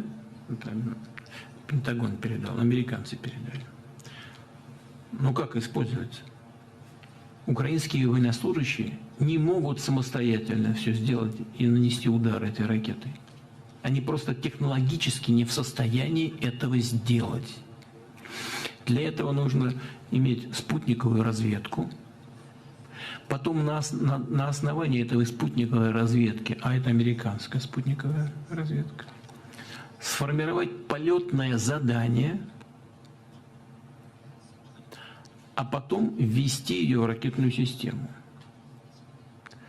И тот военнослужащий, который рядом с ним находится, он делает это просто автоматически, кнопки нажимает. Он может даже не знать, что там произойдет дальше.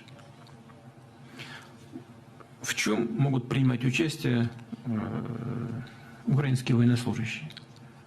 И не те, которые сидят, а кнопки нажимают, а на более высоком уровне. В выборе цели они могут сказать, какая цель для них является приоритетной и необходимой. Но они не решают, наносить удар по этой цели или нет. Потому что, повторяю, формируется полетное задание и практически вводится оно только теми, кто поставляет это оружие. Если это Атакам, значит, это делает Пентагон. Если Storm Shadow, значит, делают британцы. Причем в случае с Storm Shadow там еще проще. Простота заключается в том, что полетные задания вводятся автоматически, без участия военнослужащих на земле. Автоматом. Это делают британцы, значит. Вот и все. А вот когда военнослужащие Бундесвера думали о том, наносить удар по Крымскому мосту, либо по другим объектам наносить, значит, ну, они же думали сами, за них никто не думал, правильно? Вот они и собирались это делать. То же самое касается французских специалистов. Это делают западные специалисты. Поэтому здесь у нас нет никаких иллюзий на этот счет. Ну, что мы должны делать в ответ? Первое. Мы, конечно, будем совершенствовать наши системы ПВО. Будем их уничтожать. Второе. Мы думаем на тему о том, что если кто-то считает возможным поставлять такое оружие в зону боевых действий для нанесения ударов по нашей территории и создания проблем для нас, то почему у нас нет права поставлять наше оружие такого же класса в те регионы мира, где будут наноситься удары по чувствительным объектам тех стран, которые делают это в отношении России? То есть ответ может быть асимметричным. Мы над этим подумаем. Ну и в-третьих, конечно, подобные действия будут окончательно, они сейчас уже дошли до высшей степени деградации, но будут окончательно разрушать международные отношения и будут подрывать международную безопасность. И в конечном итоге, если мы видим, что эти страны втягиваются в войну против нас, а это и есть их прямое участие в войне против Российской Федерации, то мы оставляем за собой право действовать аналогичным образом. Ну, в общем, это путь к очень серьезным проблемам. Ну, пожалуй, и все. Если у вас есть какие-то наводящие вопросы, пожалуйста, но я думаю, что вряд ли я смогу что-то добавить. Господин Поле, вы будете еще спрашивать? Или вы все услышали, что хотели?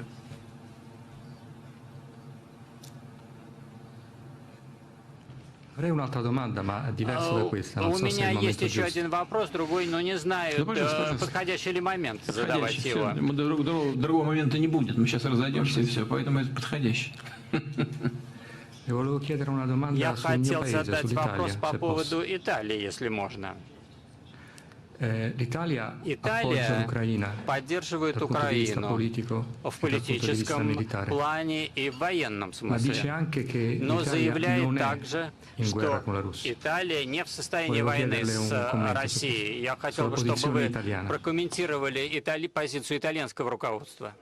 Мы видим, что позиция итальянского правительства более сдержанная, чем политика многих других европейских стран. И мы, обращая на это внимание, соответствующим образом это оцениваем. Мы видим, что в Италии не раздувается пещерная русофобия, и мы это как бы тоже имеем в виду. Мы очень рассчитываем на то, что с Италией нам в конечном итоге, ну, может быть, после того, как ситуация будет каким-то образом исправляться на украинском направлении, удастся восстановить отношения, может быть, даже быстрее, чем с какой-либо другой европейской страной. Грация, господин Поле. А у нас на очереди Корея. Вице-президент по цифровому развитию информационного агентства Орион Хаб, господин Пак Сан Хён. Пожалуйста, ваш вопрос. 네, 감사합니다. 예. 러시아는 극동 개발에 있어서 한국을 비롯한 동북아시아 국가들과 긴밀하게 협력해왔습니다. 대통령께서는 지난해 이동 주 러시아 한국에서의 신임장을 제정하면서 한 러시아 관계 회복을 위한 준비가 돼 있다고 말씀을 하셨습니다. 현재 지정학적인 여건 속에서 러시아가 한국-러시아 관계를 어떻게 관리하고 발전시켜 나가실지. Когда вы участвовали в вручении величайших грамот новому послу Южной Кореи в Москве, вы сказали, что Россия готова к выстраиванию отношений с Южной Кореей. Какие планы в этом отношении? Знаете, мы так же, как в отношении Италии, могу сказать, что мы видим, что какой-то такой русофобского настроя в работе руководства Республики Корея не наблюдается. Нет и прямых поставок каких-то вооружений в зону конфликта. И мы это высоко ценим. Но мы также видим, что происходят всякие заходы, приобретение американскими компаниями вооружений для последующего направления в зону боевых действий на Украине. Мы за этим тоже внимательно наблюдаем. Но очень рассчитываем на то, что российско-корейские отношения не деградируют, имея в виду и нашу заинтересованность в развитии двухсторонних отношений применительно к Корейскому полуострову в целом. К сожалению, все, что происходит, имеет негативные последствия для торгово-экономических связей, но очень рассчитываем, что достигнутый в прежние десятилетия уровень наших отношений все-таки хотя бы отчасти сохранится для того, чтобы иметь возможность восстанавливать их в будущем. Но сегодня, к сожалению, по многим направлениям нашего сотрудничества со стороны Кореи созданы известные проблемы. Очень жаль. Мы работаем с другими странами, хотя продолжали бы работать и с Кореей, но это не наш выбор, это выбор корейского руководства. Но с нашей стороны, пожалуйста, каналы открыты. Мы готовы.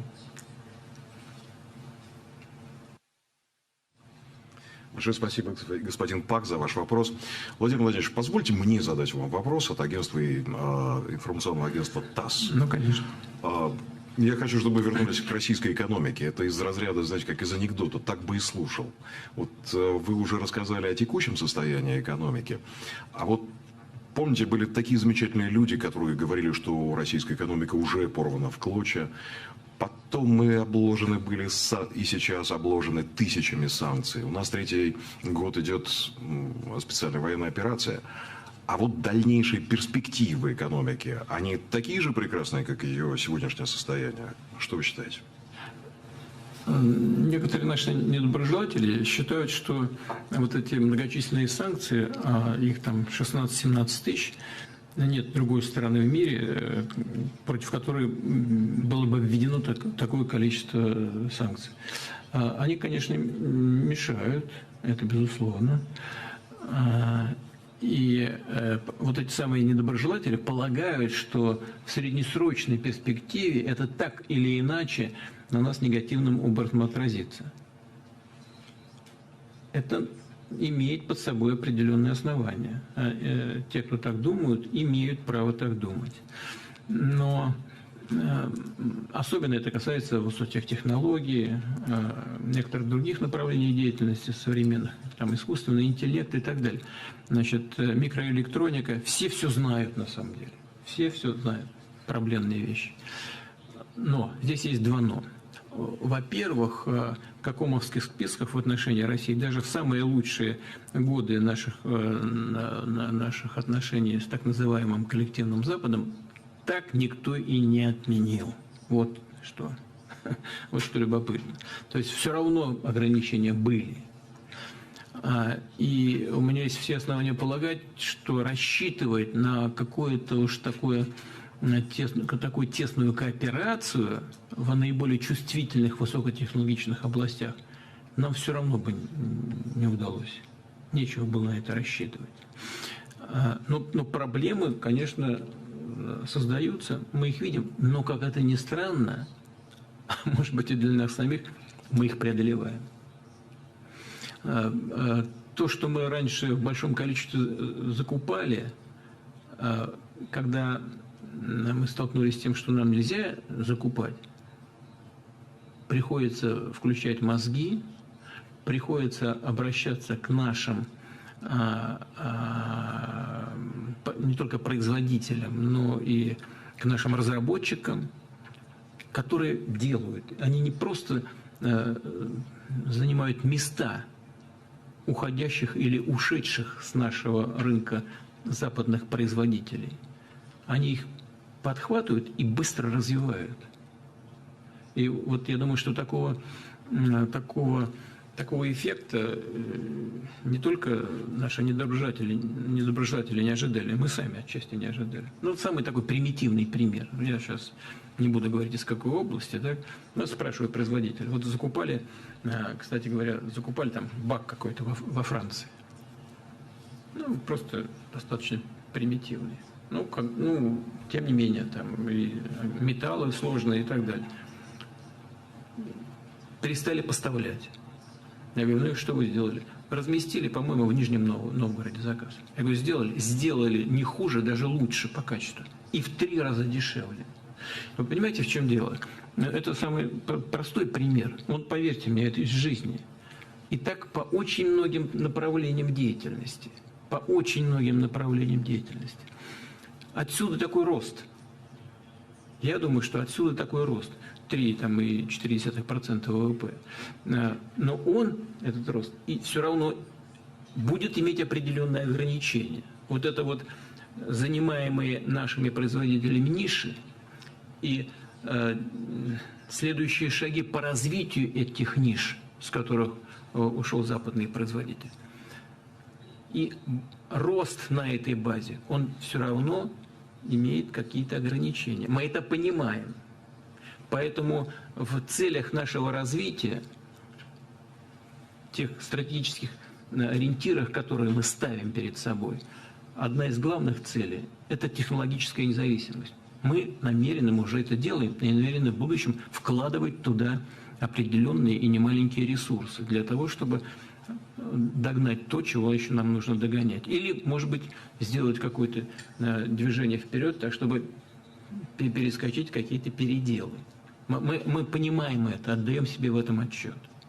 Получится у нас или нет, я заранее не могу сказать, но мы все-таки оптимистично настроены. Думаю, что получится. Особенно, если мы вынуждены это делать. Если вдруг все изменится, и нам будут давать дешевый высокотехнологичный товар, то дело не в правительстве, дело в участниках экономической деятельности.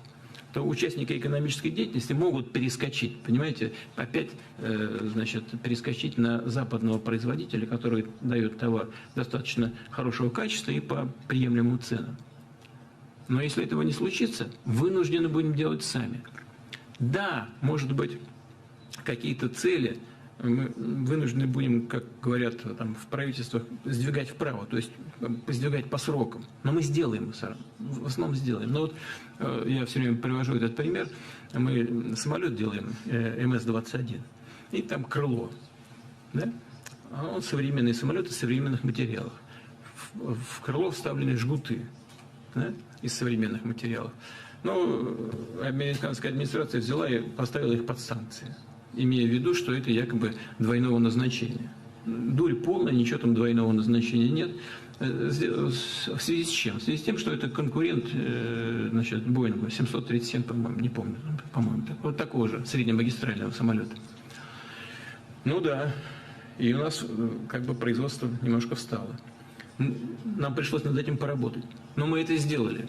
Ушли вправо по графику на 2 года, правда. Ну все, теперь сделали, он летает, самолет.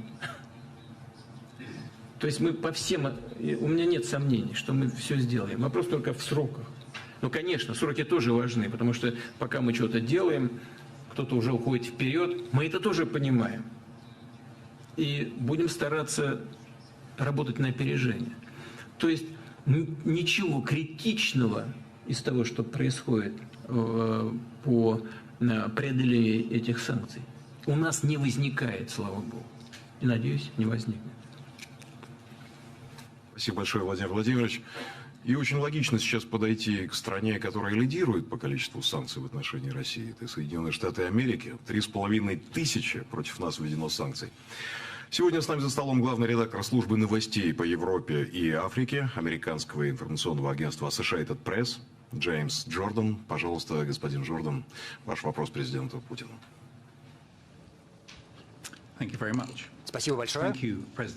Благодарю вас, президент Путин, за возможность напрямую обратиться к вам.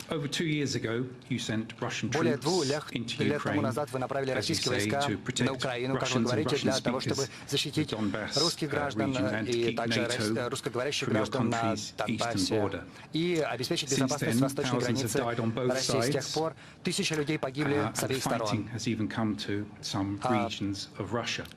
Враждебные действия перекинулись даже на некоторые российские регионы. Последние несколько часов западные официальные лица подтвердили нашему агентству, что Украина использовала последние несколько дней западное оружие на российской территории. Считаете ли вы, что это дополнительная провокация в развитии вопроса, заданного моим коллегой? Как вы считаете, чего Москве удалось добиться за последние 2 года и каким образом положить конец боевым действиям?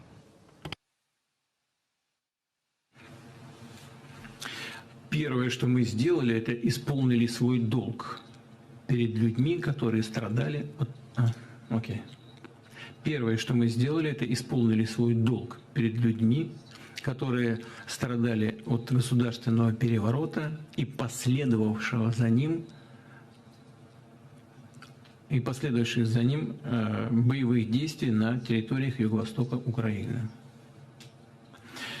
Мы признали права этих людей, которые проживают на этих территориях, защищать свои интересы, свою жизнь и жизнь своих детей. И это, на мой взгляд, основное. Мы также показали и сами себе, и всему миру, что мы не только говорим о защите своих интересов, но мы делаем это и будем это делать вне всяких сомнений. И с этим всем придется считаться. Что касается второй части вашего вопроса, что нужно сделать для того, чтобы прекратить боевые действия на Украине? Вам, как представителю Соединенных Штатов, могу сказать то, что когда-то сказал господину Байдену. Он мне когда-то прислал письмо, я ему в письменном виде ответил. Если вы хотите прекратить боевые действия на Украине, перестаньте поставлять оружие. И эти действия прекратятся в течение 2, максимум 3 месяцев. Вот и все. Это первое. Второе. Мы призываем никому не мешать возможному мирному процессу. Уважаемый господин Джордан, я вынужден сейчас напомнить то, что происходило в конце 2022 года. Ведь мы же договорились с Украиной о том, что мы готовы подписать с ними соглашение, которое отвечало на несколько ключевых вопросов. Первый вопрос для Украины – это система обеспечения ее безопасности. И Украина в проекте этого соглашения прописала это таким образом, что она не является членом НАТО, она придерживается нейтралитета, но обеспечение безопасности прописано таким образом, что это очень близко к уставу НАТО. 4 и 5 статьи Устава НАТО. Наверное, нет необходимости вдаваться в детали, но это означало, что все подписанты должны были бы оказывать в случае необходимости помощь Украине военным путем и так далее, и так далее. Для нас это сложный вопрос, и я сказал, что над этим нужно подумать, но это возможно к обсуждению. То же самое было, касалось интересов России. Это, повторяю еще раз, нейтральный статус Украины, не вступление ее ни в какие блоки. Это ограничение в известной степени вооружений и так далее. И это, безусловно, то, в чем заинтересована Российская Федерация. Кроме этого, как вы помните, мы говорили о денацификации Украины. И я был очень удивлен, когда меня начали спрашивать, а что же такое денацификация? Это запрещение на законодательном уровне пропаганды нацизма. Как это не покажется странным, но и здесь у нас нашлась общая платформа. Так же, как и по другим ключевым вопросам, необходимым для урегулирования этой кризисной ситуации мирным путем. И если руководитель переговорной группы со стороны Украины под выдержкой из этого большого соглашения поставил свою подпись, парафировал этот документ, я думаю, что это свидетельствует о том, что это устраивало в целом украинскую сторону. А если мы это приняли, значит, это в целом устраивало и Россию. Я не хочу вас ставить в какое-то сложное положение, но тем не менее задам риторический вопрос. Зачем же господин Джонсон приехал в Киев и рекомендовал выбросить этот договор в помойку? Зачем же он поставил перед украинскими коллегами своими цель добиваться победы на поле боя, добиваться стратегического поражения России? Украинская сторона, ее официальные лица публично заявили о том, что если бы они подписали этот договор окончательно, то война прекратилась бы еще в конце 2022 года. Это не мы сказали, это сказали украинские официальные лица в Киеве. Публично. Вот у меня риторический вопрос. А зачем надо было мешать нам с Украиной подписать этот договор? Ну, могу только предположить, что кому-то хотелось добиться тех целей, которые они ставили перед собой на российском направлении своей внешней политики, именно подвести дело к разрушению России, к тому, чтобы любой ценой добиться стратегического ее поражения и так далее, и так далее.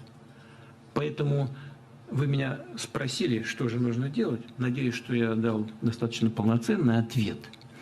И вот когда у вас будет такая возможность поговорить с руководством своей страны, спросите, пожалуйста, их, зачем вы помешали заключению мирного договора между Россией и Украиной? То, что я вам сказал, это мои только предположения, зачем они это сделали. Но, может быть, есть какой-то другой, более полноценный и официальный ответ. Но я за своих коллег из Соединенных Штатов, из Великобритании, конечно, этот ответ полностью дать не могу. А то, что господин Джонсон приехал и сделал это не только по собственной инициативе, но уверен и при поддержке администрации США, в этом у меня сомнений нет никаких.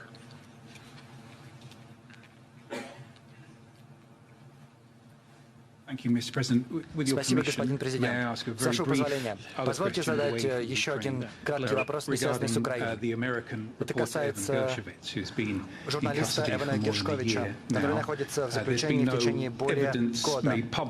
Пока что не было обнародовано никаких свидетельств относительно преступлений, совершенных им. Вы не могли бы сообщить нам о тех переговорах, которые, быть может, сейчас ведутся с США относительно его освобождения, когда мы сможем его увидеть? Вы знаете, вы считаете, что он ни в чем не виновен. Российские правоохранительные органы и специальные службы считают, что он совершил действия, противозаконные действия, которые называются шпионажем. Я сейчас не буду вдаваться в детали и подробности. Знаю, что администрация Соединенных Штатов действительно предпринимает энергичные шаги для его освобождения. Это правда. Но такие вопросы решаются не через средства массовой информации. Они любят такого тихого, спокойного, профессионального подхода и диалога между спецслужбами. И, конечно, они решаться должны только на основе взаимности.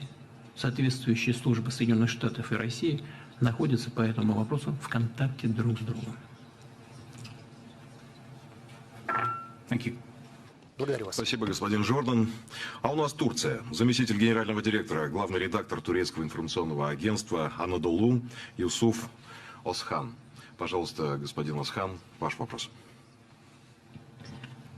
Спасибо большое, господин президент, за то, что пригласили нас сегодня. Я хочу задать вопрос в развитии того вопроса, который я задал 3 года тому назад. Это было по Zoom.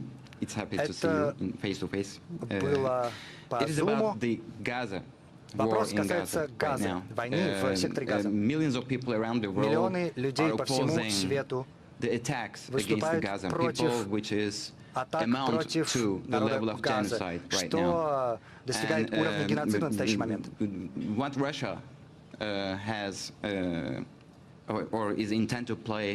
Каким образом желает ли Россия сыграть какую-то роль в нахождении решения того, что сейчас происходит в Газе? И желаете ли вы задействовать механизмы Совета Безопасности? Потому что не только жители Газа, но также жители Палестины в целом, а также люди различного происхождения, вероисповедания, этнической принадлежности,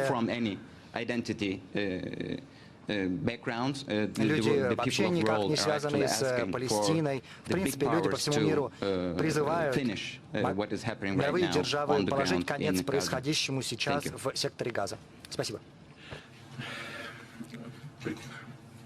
Первое, что хочу сказать, что, конечно, мы против терроризма во всех его проявлениях, против атак в отношении мирного населения. В любом месте и в любой стране. Но то, что происходит сейчас в Газе, в ответ на известный террористический акт в Израиле, все-таки на войну не очень похоже. Это какое-то тотальное уничтожение гражданского населения. Я могу только повторить официальную позицию России на этот счет. Мы считаем, что это результат политики Соединенных Штатов, которая монополизировала израильско-палестинское урегулирование, отодвинула все созданные до этого инструменты для коллективных попыток урегулировать этот сложнейший вопрос.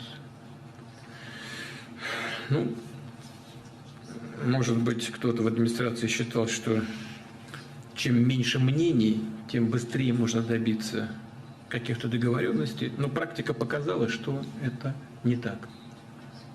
Первое. Второе. Решить вопрос с помощью каких-то материальных подачек тоже не перспективно. Мы об этом говорили. Говорили о том, что вряд ли удастся подменить решение политических вопросов, связанных с судьбой палестинского народа, на историческую перспективу с помощью раздачи каких-то экономических пряников. Да, это нужно для создания атмосферы решения, определенных проблем. Но все-таки нужно решать по сути, нужно решать политические вопросы. А главный из них какой? Это создание 2 государств, как было и предусмотрено изначально при решении ООН создать 2 государства на этой территории. Палестинское государство и еврейское государство. Поэтому без решения ключевых вопросов, мне думается, решить вопрос по существу вряд ли возможно. И должен сказать, что в этом смысле российская позиция, она является принципиальной, она не подвержена конъюнктуре, любой текущей конъюнктуре. Мы давно признали палестинское государство в качестве такового еще с советских времен. В этом смысле у нас позиция не поменялась. Мы знаем, что президент Эрдоган предпринимает энергичные усилия для того, чтобы эту очень острую застарелую проблему решить. Но и учитывая авторитет президента Эрдогана и в регионе, и в мире, и в исламском мире, очень рассчитываем на то, что его вклад будет заметным. Мы со своей стороны готовы сделать все, что зависит от России, для того, чтобы ситуацию разрешить. Имея в виду, в том числе и наши отношения, которые сложились с государством Израиль на протяжении последних десятилетий.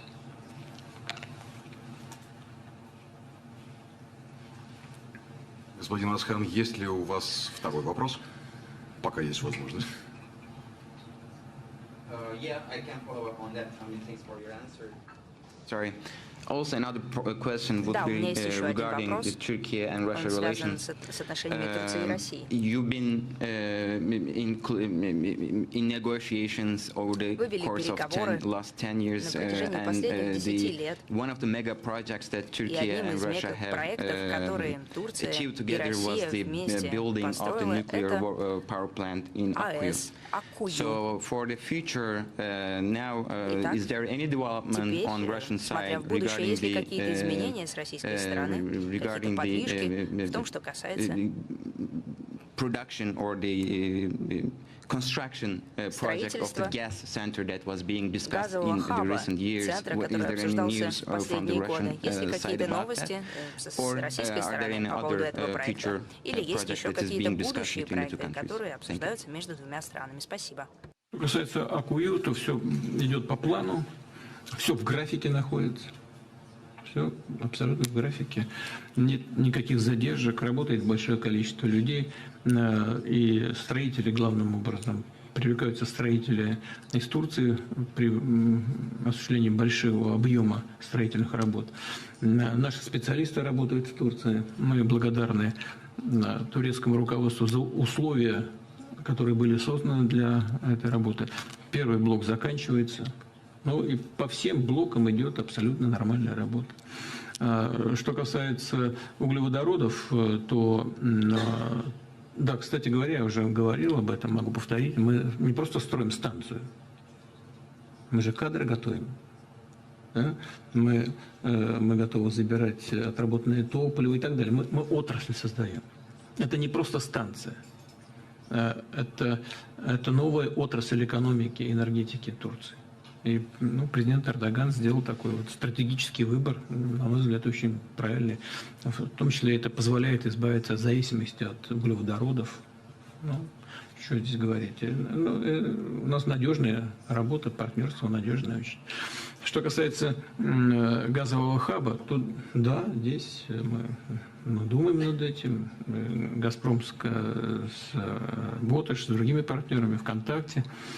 Но, чтобы было понятно только, я все время стараюсь это объяснить, это не просто газовое хранилище, это площадка, электронная площадка на первом этапе для торговли газом, в том числе, прежде всего, на Европу. Но хотел бы обратить ваше внимание вот на что. Мы уже несколько раз фиксировали попытки. Мы же охраняем и голубой поток, который проложен по дну Черного моря в Турцию. И газ поступает для Турции, для снабжения Турции самой. И турецкий поток, из которого газ идет в том числе и в Европу. Но нам приходится охранять оба этих газовых маршрутов по дну Черного моря, потому что украинские вооруженные силы предпринимают попытки нанести по ним удар и разрушить их. Во всяком случае, корабли, которые их охраняют, подвергаются постоянным атакам. А вот в последние, вот буквально недавно, не знаю, дней 7, наверное, 10 тому назад, значит, украинские беспилотники предприняли попытку атаки на газоперекачивающую станцию, которая находится на берегу Черного моря, из которой подается газ в Турцию. Кстати говоря, обращаем ваше внимание. По некоторым направлениям Турция сотрудничает с Украиной, а Украина в это же время пытается нанести удары по газопроводам, по которым идет газ в Турцию. Это не шутка, это не преувеличение никакое. Вот просто 2 беспилотника были подавлены силами, системами РЭП российской армии, упали рядом с этой газоперекачивающей станцией на берегу Черного моря. Это я здесь ничего не накручиваю, ничего не придумываю. Так оно и есть.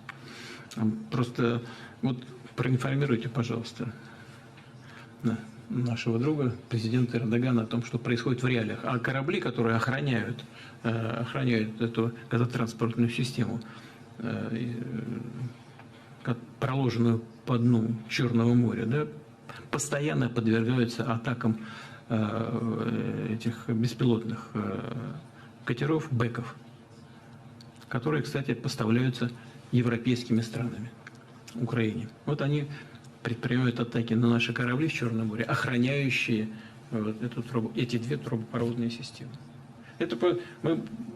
Надо бы об этом почаще, наверное, говорить и пояснее, да? Ну, как-то с точки зрения пропаганды, на которую так жаловался наш испанский коллега, у нас как-то не всегда хорошо. Но это в реалиях происходит постоянно. Но отношения в двустороннем плане развиваются достаточно успешно. И товарооборот растет. Правда, я так смотрю со стороны, что происходит. Мне кажется, что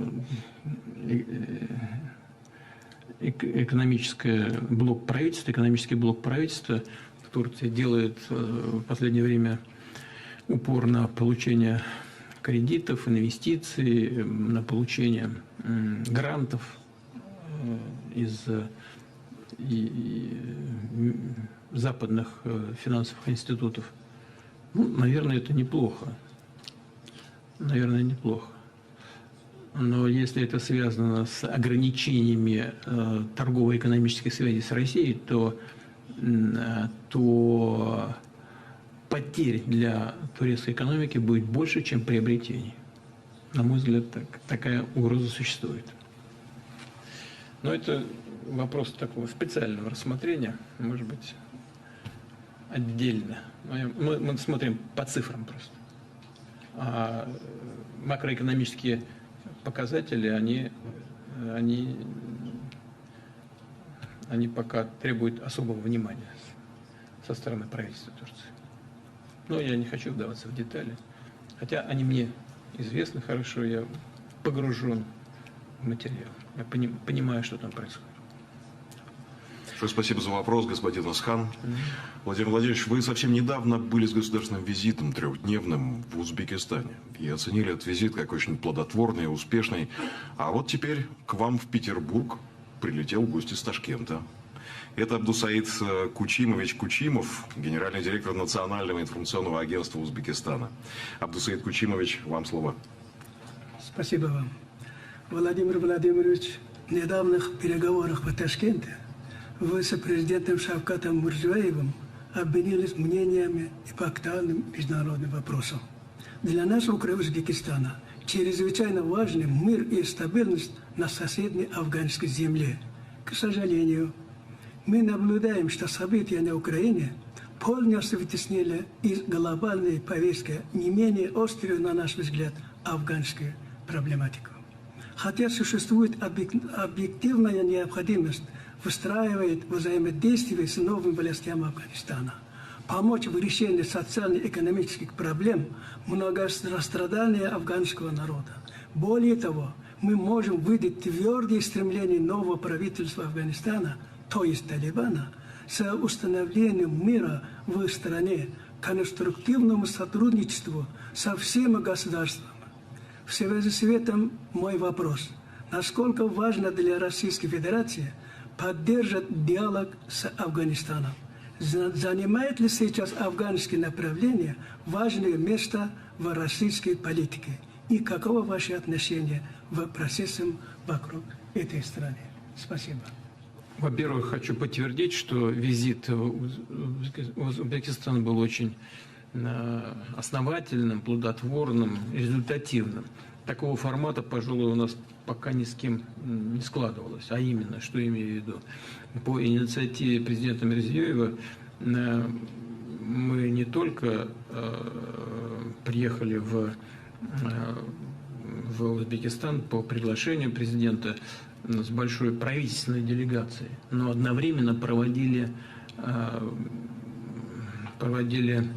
встречу руководителей регионов. И получилось так, что полправительства России приехало в Ташкент, так, и огромное количество руководителей регионов Российской Федерации.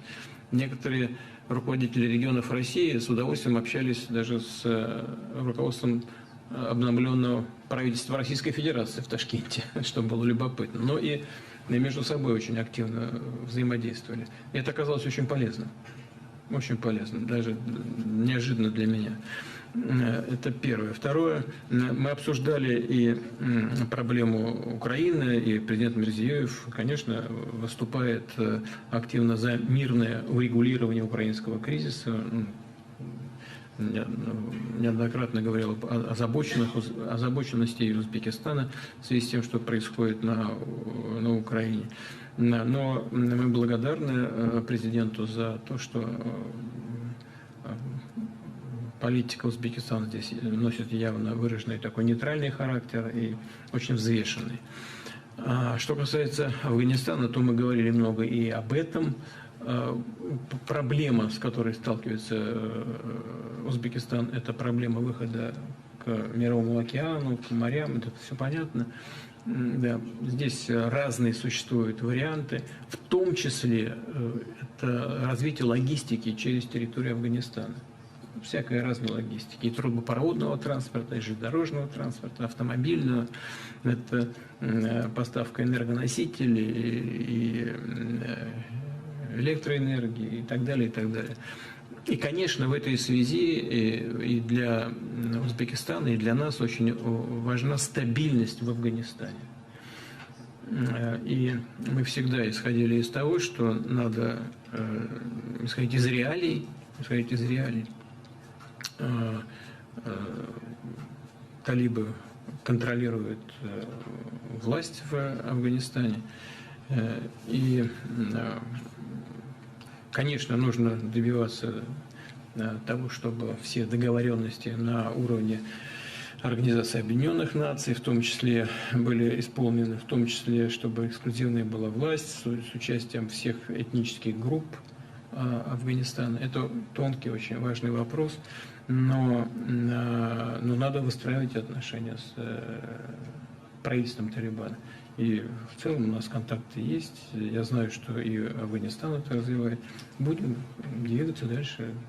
Но надо же как-то налаживать отношения с соседней стороной. Тем более, что у Узбекистана большая протяженность границ, и нужно и безопасность обеспечивать, и, повторяю, логистику развивать.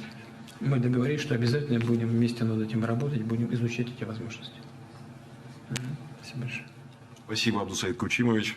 Ну и, наконец, наш дальневосточный сосед, исполнительный директор японского информационного агентства Киода Тусимицу Саваи.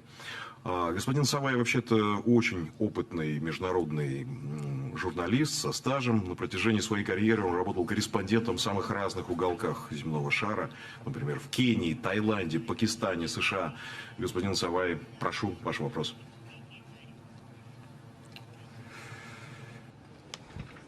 Владимир Владимирович, большое спасибо, Владимир Владимирович, что вы предоставили мне сегодня такую ценную возможность задать вопрос вам.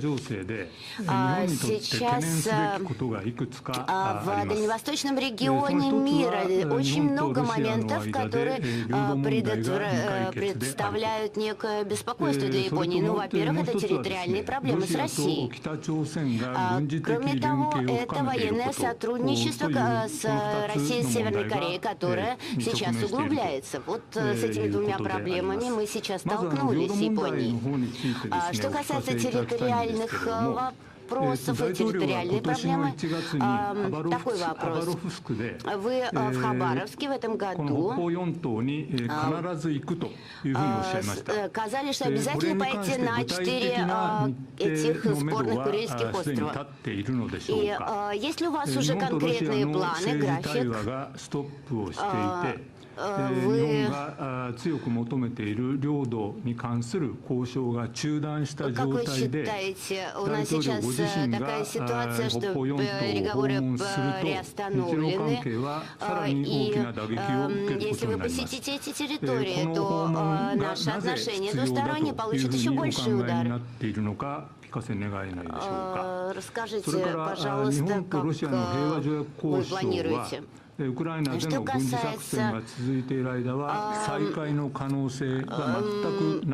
японо-российских переговоров и возобновления их в период проведения СВО Украины, эти переговоры были приостановлены, и с тех пор потомки бывших жителей острова не могут ли получить возможность возобновить свои визиты для посещения могил предков на островах? Пардон. У нас отношения с Японией развивались достаточно уверенно, поступательно. И очень много вопросов было, конечно, особенно тех, которые касались основного ключевого момента в наших отношениях. Это мирный договор. Мирный договор, понятно, сложно было решать без определения вопросов, связанных с Курильскими островами. Мы отдавали себе в этом отчет, но еще в 50-е годы, мы с вами об этом хорошо знаем, еще советское правительство принимало решение, по-моему, в 1956 году, декларацию подписали о том, что Советский Союз готов передать Японии 2 из этих островов, из этой гряды. Правда, не было сказано, на каких основаниях. Не было сказано, под чьим суверенитетом будут острова. Не было сказано о других условиях, возможно, материальных, еще каких-то. Но сама по себе идея передачи, она прозвучала в этой декларации. Более того, это было даже ратифицировано Верховным Советом СССР. Потом почему-то японская сторона отказалась исполнять эти договоренности. Ну и, соответственно, Советский Союз тоже объявил о том, что он снимает эту ратификацию. По просьбе японской стороны мы вернулись к рассмотрению этих вопросов. Диалог шел непросто, но все-таки он имел место. Вот вы сейчас сказали о нескольких проблемах. Посещение островов. Российская Федерация исходит из того, что это часть суверенной территории России. И поэтому я не понимаю, почему я должен стесняться посещать одну из территорий Российской Федерации. Это во-первых. А почему мы так делаем? Почему мы так считаем? Потому что были соответствующие документы подписаны, в том числе в Соединенных Штатах, делегациями с 2 сторон. И это один из результатов Второй мировой войны. А результаты Второй мировой войны мы не пересматриваем. Это не значит, что не было возможности как-то договариваться. Это тонкий вопрос. Но он лежит в плоскости черное и белое. Там все гораздо сложнее. Но ничего, мы же не боялись вести диалог по этому направлению. Поэтому первое, что я хочу сказать, не вижу оснований мне не посещать эти острова. Правда, честно говоря, пока не планировал. Ну, в силу просто занятости вопросами другого характера. Но вот вы сейчас сказали о том, что мое посещение приведет к проблемам по решению вопросов, связанных с подготовкой мирного договора. Уважаемый коллега, а объявление Японии о том, что она присоединяется к попыткам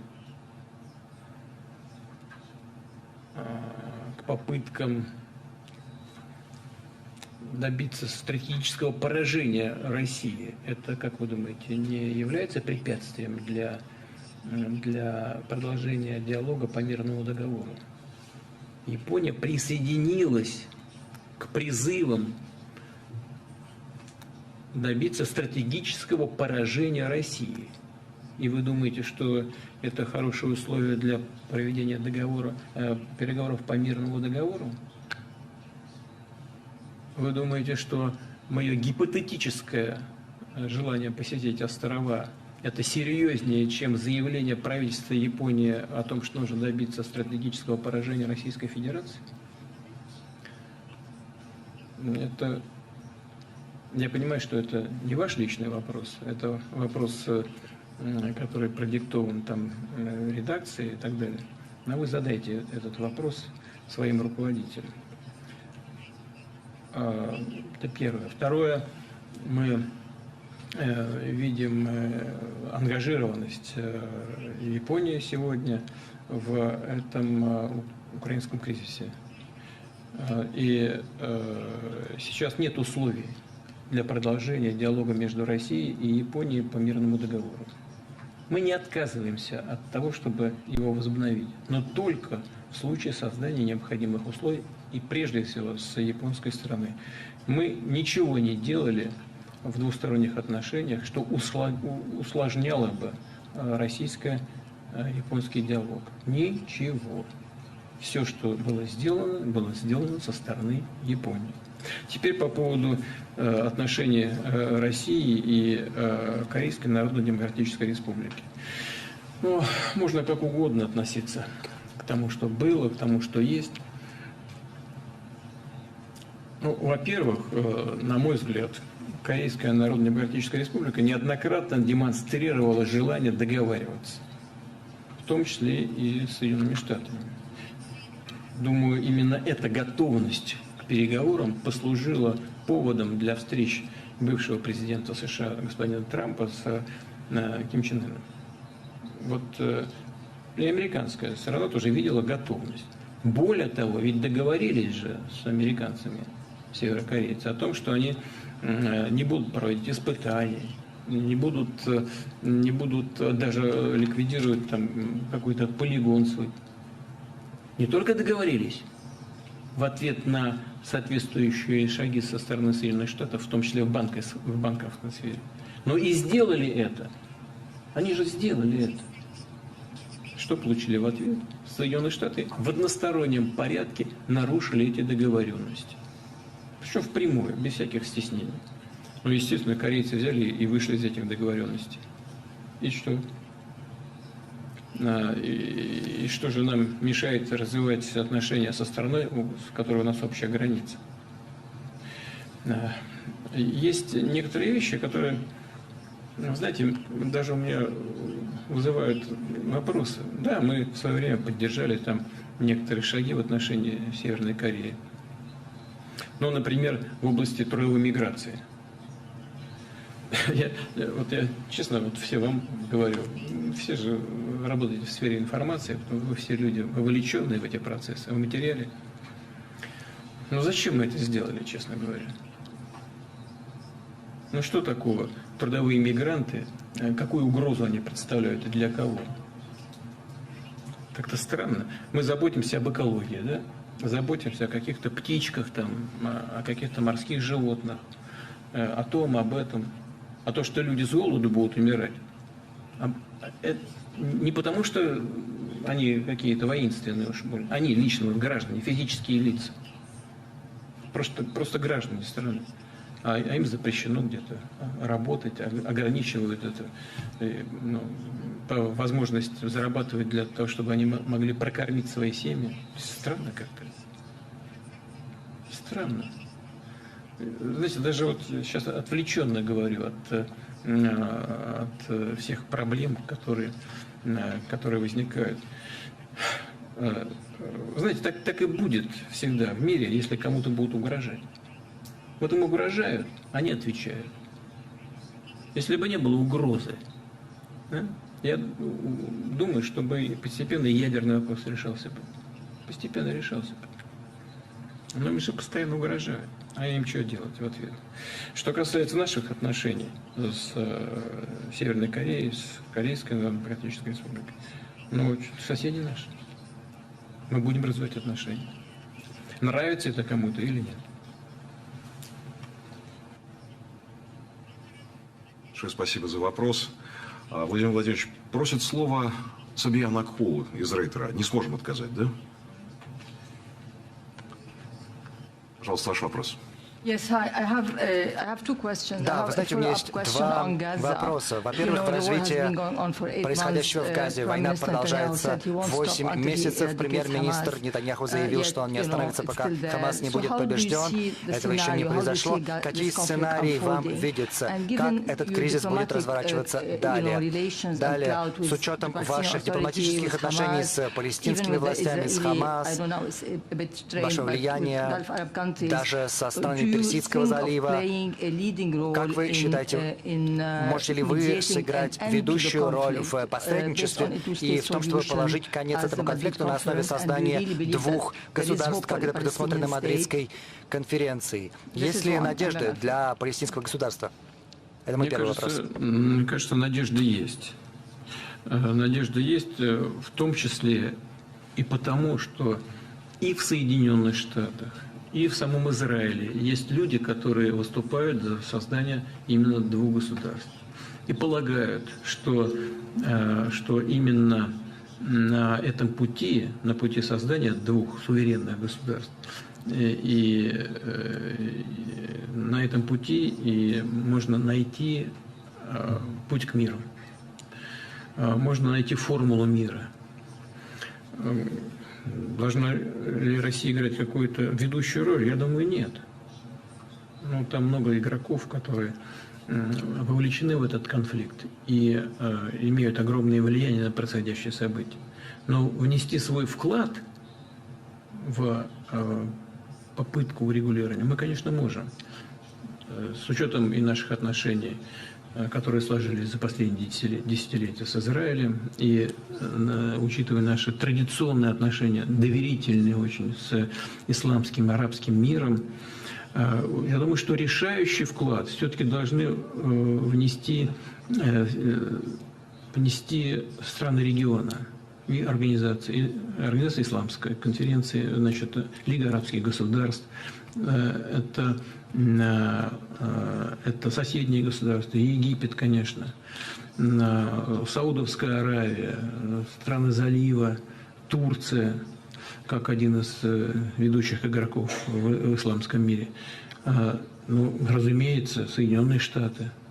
Мы совершенно не придерживаемся какой-то экстремистской позиции, что Соединенные Штаты должны быть исключены. Ну, зачем? Боже упаси, это невозможно.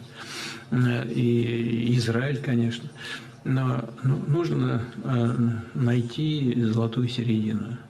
Я повторяю еще раз, я думаю, что это можно сделать с учетом настроения в американском, в израильском обществе, ну и, соответственно, тем более с учетом настроения в исламском и арабском мире. Мы пытаемся оказать посильное для нас влияние на происходящие события, в том числе имея в виду гуманитарный аспект. Как вы знаете, мы сыграли определенную роль при освобождении нескольких заложников с российскими корнями. Мы и дальше продолжаем эту работу с нашими партнерами, с которыми вы правы. У нас устойчивые, доверительные отношения, сложившиеся на протяжении десятилетий. Но нужно вместе работать. Не нужно монополизировать эту работу. Это вредно, потому что монополизация, может, и хороша была бы, если бы тот, кто монополизирует, придерживался бы такой нейтральной позиции. Но монополисту не удается придерживаться нейтральной позиции. Он неизбежно встает на позиции одной из сторон. И все рассыпается. И приводит вот к таким трагедиям, которые мы сейчас переживаем. Вот так в общем. Да, пожалуйста. Sorry, about the scenario, how do you see this conflict now, the war in Gaza unfolding? Как вы видите сценарий развития конфликта в Газе? И последний вопрос еще после этого. Ну хорошо, вот мы несколько раз выступали с инициативами в Совете Безопасности ООН о прекращении огня. Соединенные Штаты блокируют, вето накладывают. Если бы мы работали солидарно, договаривались бы, вот это был бы правильным сценарием. Но пока не удается. Мы выступаем впрямую за прекращение огня, вето. Еще инициатива вето. Если бы мы не занимались взаимным ветированием, а на основе заинтересованности в решении проблемы попытались бы договариваться, то, наверное, бы это и было бы путем к решению проблемы. Еще один хотел сказать. Just my question is that going back to Ukraine, what возвращаясь к Украине, что послужило бы спусковым крючком для ядерной войны и насколько близки мы к этому риску? Вы знаете, вот нас все время пытаются обвинять в том, что мы махаем какой-то ядерной дубинкой. Но разве я сейчас поставил вопрос о возможности использования ядерного оружия? Это же вы сделали. Вы меня выводите на эту тему, а потом скажете, что я махал ядерной дубинкой. Значит, это такая тема очень жесткая. Вот, американцы — единственная страна, Соединенные Штаты, которая использовала ядерное оружие во Второй мировой войне. Хиросима, Нагасаки — 20 килотонн. Наше тактическое ядерное оружие — 70-75 килотонн. Это такое ядерное тактическое оружие. Давайте не доводить не только до использования, а даже до угрозы использования.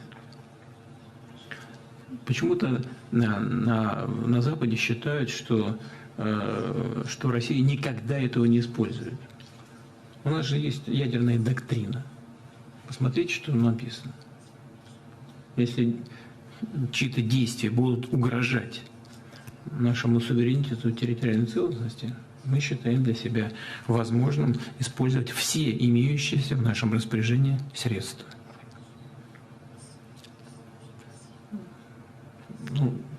Нельзя относиться к этому легко, поверхностно.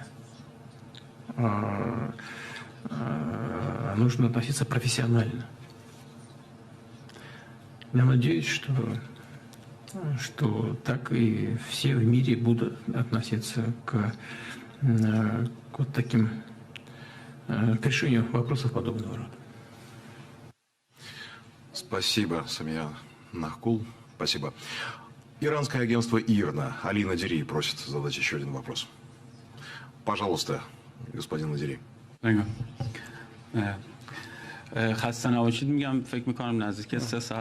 Бог помощи, вот уже 3 часа, как мы продолжаем наш разговор. В своих выступлениях вы говорили о санкциях, а также говорили о присоединении Ирана к Шанхайской организации сотрудничества, а также к организации БРИКС и сотрудничеству в рамках этих организаций для создания многополярного мира. И мой вопрос заключается в том, как вы видите мир в будущем, мировой порядок в будущем, с учетом воли различных независимых стран. По-вашему, сохранится ли монополизм и однополярный мир? Вы знаете, ведь что произошло? Мы много раз об этом говорили, и лучше вас этого никто не знает.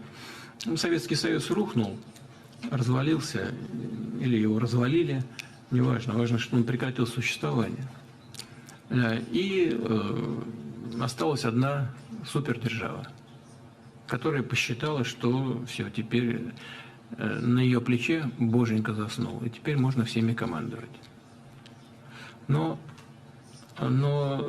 мир сложный, многообразный, он быстро развивается, появляются новые центры силы.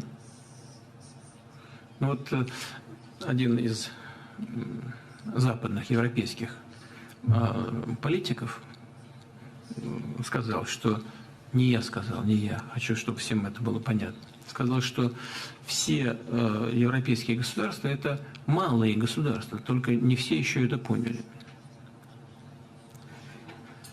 Вот смотрите, как Азия развивается. Ну, вот Китайская Народная Республика, 1,5 миллиарда человек. В Индии уже больше, наверное.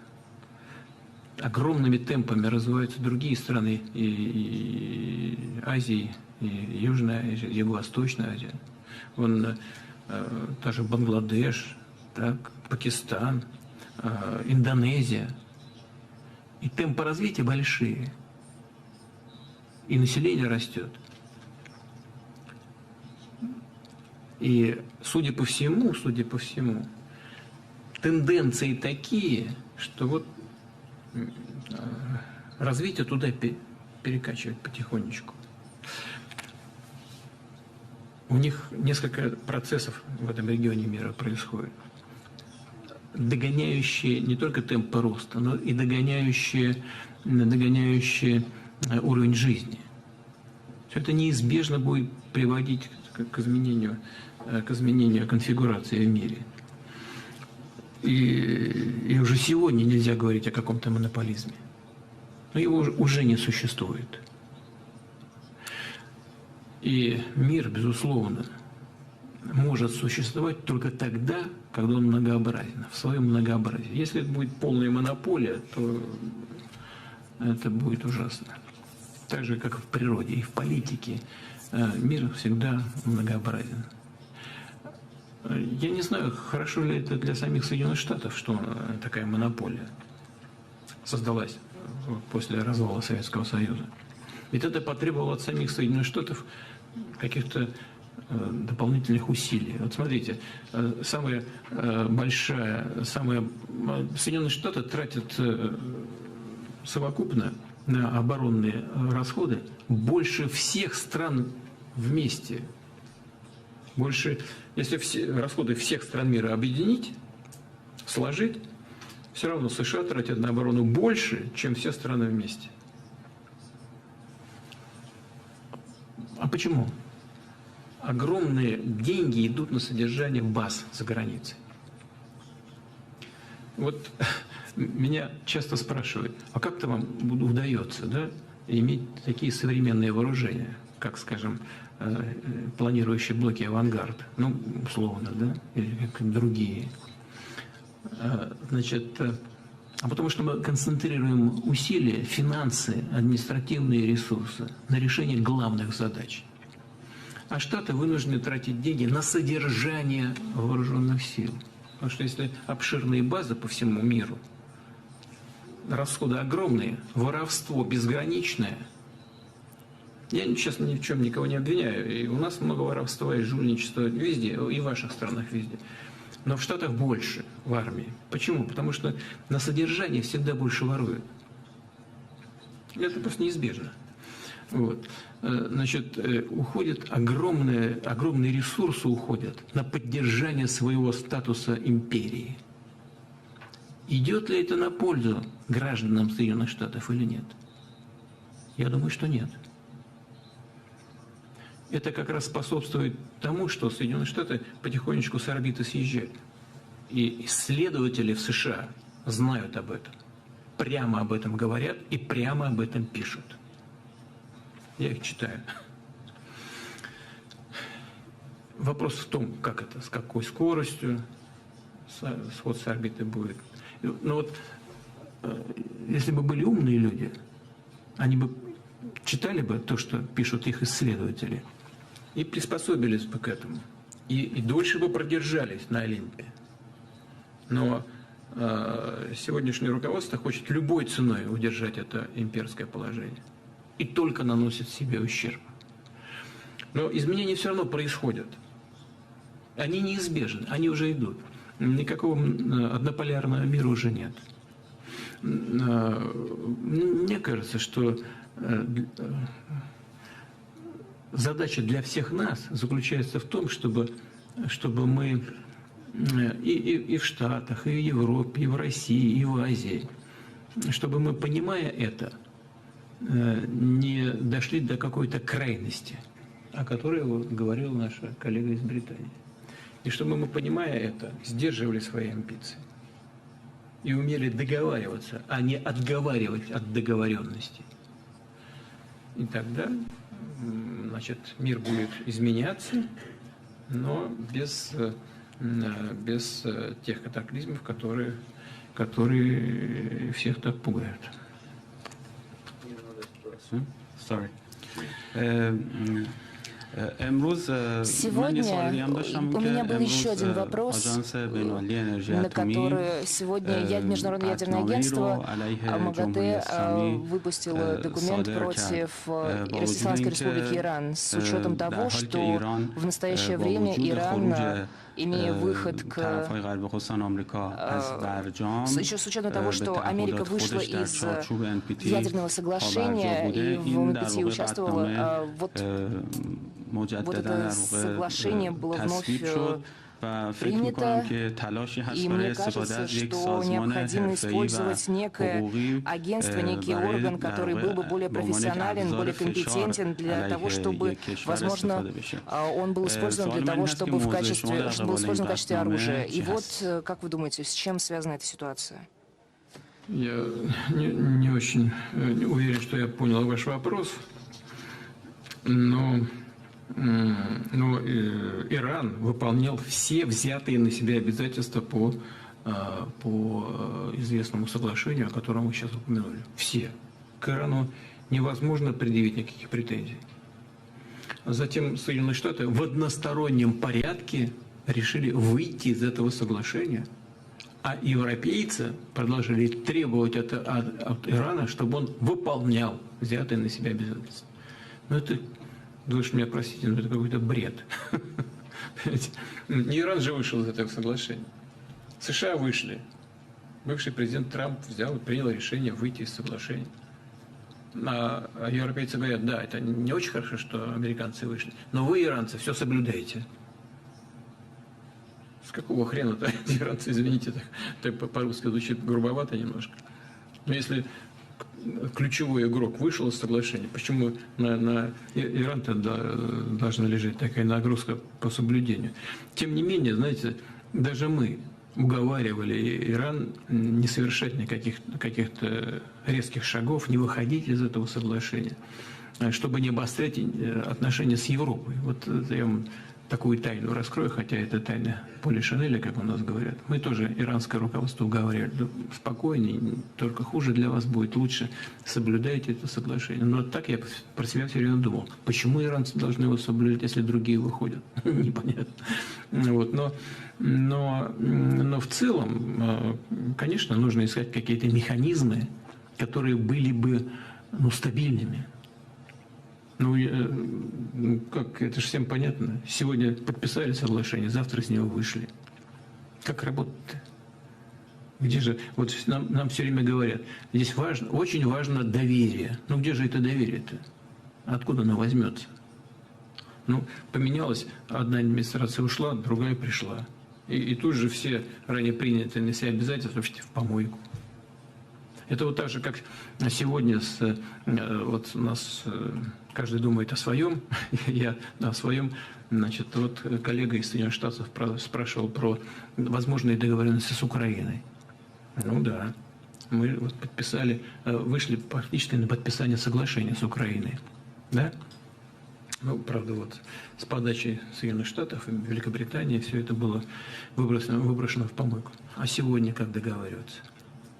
Вот действующее руководство Украины на выборы решило не ходить. Это же вопрос. Есть 103-я статья Конституции Украины. Там прописано, что президент избирается только на 5 лет. Есть 83-я статья Конституции Украины.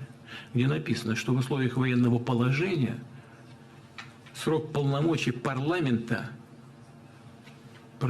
пролонгируется. Но про возможность пролонгировать срок полномочий президента там ничего не сказано. Ничего не сказано. Есть закон, который объясняет статус военного положения. Там написано, что переходят полномочия к парламенту, да, и что выборы президента в условиях военного положения не проводятся. Выборы президента не проводятся. Но там же не написано, что они пролонгируются. Вы понимаете? Там же это не написано. Написано, что выборы не проводятся президента. Но где написано, что они пролонгируются? Нет там этого ничего. А если не написано, значит нет. Напротив, есть статья 109 Уголовного кодекса, по-моему, Украины, где написано, что это называется, значит, захватом власти. И с кем подписывают договор. Значит, но это, тем не менее, все можно решить, обо всем можно договориться. Там полнота власти, если переходит к спикеру парламента, значит, было бы желание подписывать договор. С кем это найдем? Это другой вопрос.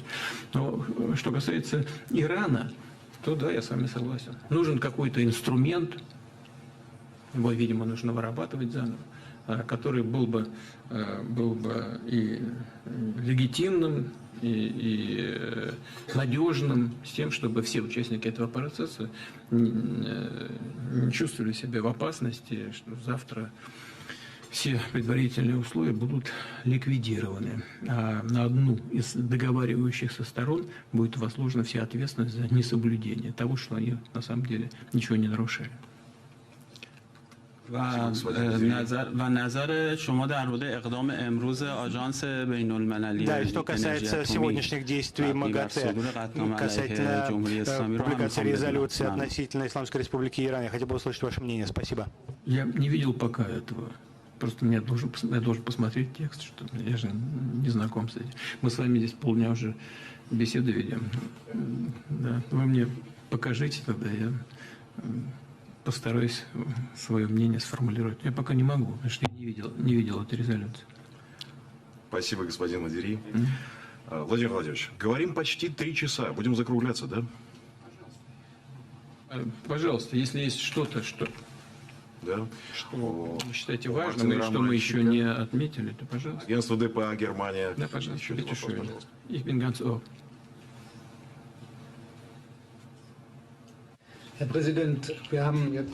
Господин президент, в последние часы обсуждали проблемы, обсудили, что, по вашему мнению, нужно сделать, чтобы решать эти проблемы. И последние 2 раза с господином министром Лавровым мы говорили, и во время встречи «двадцатки» Бразилия в этом году взяла на себя руководство. Приняли ли вы решение, что вы приедете в Индию, чтобы принять участие в Большой двадцатке? В Индию? Да. Да. Ну, я пока не знаю, я этого не исключаю. Я прежде всего, конечно, должен руководствоваться требованиями сегодняшнего дня. Как вы понимаете, у нас в стране много вопросов, но не исключаю. Приеду, может быть. Ну, может быть, нет. Но вы знаете, мы же понимаем, в каком мире мы живем. Ну, что там, дорого творить. Я скажу прямо, значит, это будет зависеть от ситуации в стране, от ситуации у нас на украинском направлении. Это будет зависеть в целом от обстановки в мире. Приехать, чтобы там выслушивать какую-то грязь в отношении России со стороны тех партнеров, которые нас считают агрессорами, хотя сами такими, на мой взгляд, являются, но не очень хорошо. И создавать какие-то проблемы для наших индийских друзей. Мы работаем в двадцатке и будем продолжать работать. Нужно ли мне самому туда обязательно появиться, я пока не знаю. Посмотрим, поживем, увидим, как говорят в России. Спасибо. Карим Тальби, France Press. У меня есть два короткие вопроса. Первый, который интересуется американский народ. Будет ли Такер Карлсон вашим модератором в пятницу на пленарке здесь в Питере? Карлсон? Я даже не знаю, кто будет модератором, понятия не имею. Мне вот господин Песков об этом еще не доложил. Кто там будет модератором? Не знаешь? Отдельно он доложит. Я не знаю, мы с господином Карлсоном об этом не договаривались. И у меня второй вопрос. Вот, сейчас уже темно, но за вами есть 3 флаги. Флаг России, флаг Русской империи и флаг Советского Союза. Оттуда флаг Русской империи самый высокий, скажем так. Какой вам... Нет, они все равны. Какой вам ближе к сердцу? Официальный флаг Российской Федерации, триколор. Ну, это официальный флаг России. А потом, это первое. Второе, могу вам сказать, что это не было каким-то политическим решением наших, там, ни правительства, ни администрации президента. Это решение «Газпрома». Как это не покажется странным. Который, ну, он мне, конечно, сказал, господин Миллер, о том, что он собирается это сделать. Ну, я прямо вам дискуссию могу открыть, здесь ничего секретного нет. Я говорю, а зачем? У нас есть государственный флаг. Он говорит, ну вот это же все часть нашей истории. Николай II, по-моему, учредил флаг империи, да, где считал, что что вот это должен быть такой и черный, и желтый. Там. Значит, почему? Потому что это цвета, значит, российского герба. Так? Это так тогда было в XIX веке подано. Да? Значит, Петр I учредил вот этот госфлаг, триколор, ну, флаг Советского Союза, тем более, что с ним связана победа над нацизмом, тоже имеет право на существование в нашей истории, в нашем общественном сознании. Ну, я не стал препятствовать, говорю, ну ладно, хотите, делайте, пожалуйста. Все имеет под собой какие-то основания. Вот и все. Здесь не надо, знаете, не надо искать того, чего нет. Не надо какой-то искать подтекста какого-то. Не надо искать здесь каких-то наших имперских амбиций. Их нет. Их нет, потому что мир меняется быстро. Вы послушайте, вот Узбекистан. Знаете, сколько там населения? Не знаете. Во Франции сейчас сколько? Много. Ну, много. 60 миллионов, да, 65. Значит, в Узбекистане уже 37. Внимание теперь на экран. Плюс 1 миллион каждый год. 1 миллион прирост населения в Узбекистане. Такими темпами они скоро обгонят Францию. Если вычистить еще мигрантов, то скоро будет вот в Узбекистане столько же, только во Франции. Значит, я сейчас поясню, почему. Если кто-то подозревает нас в каких-то имперских амбициях, ну вы прикиньте, значит, мы восстановим Советский Союз, и у нас будет преимущественное население, преимущественно исламское население. Вам в голову никогда это не приходило? Не надо ничего придумывать, понимаете, на голом месте, чего нет. Мы не против роста исламского населения. Мы, наоборот, рады тому, что происходит сегодня в Российской Федерации. У нас в некоторых наших исламских республиках с преимущественным исламским населением очень хорошая рождаемость. Мы очень рады. Но то, что было, все, это уже прошло. Страница перевернута. Мы в будущее смотрим, основываясь на реалиях сегодняшнего дня. Но флаги, которые вы видите, это часть нашей истории. Не надо ничего придумывать и на этих придумках, значит, формировать мнение о России.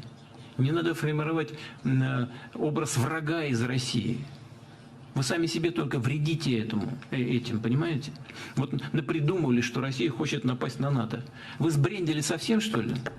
Тупые вообще, как этот стол?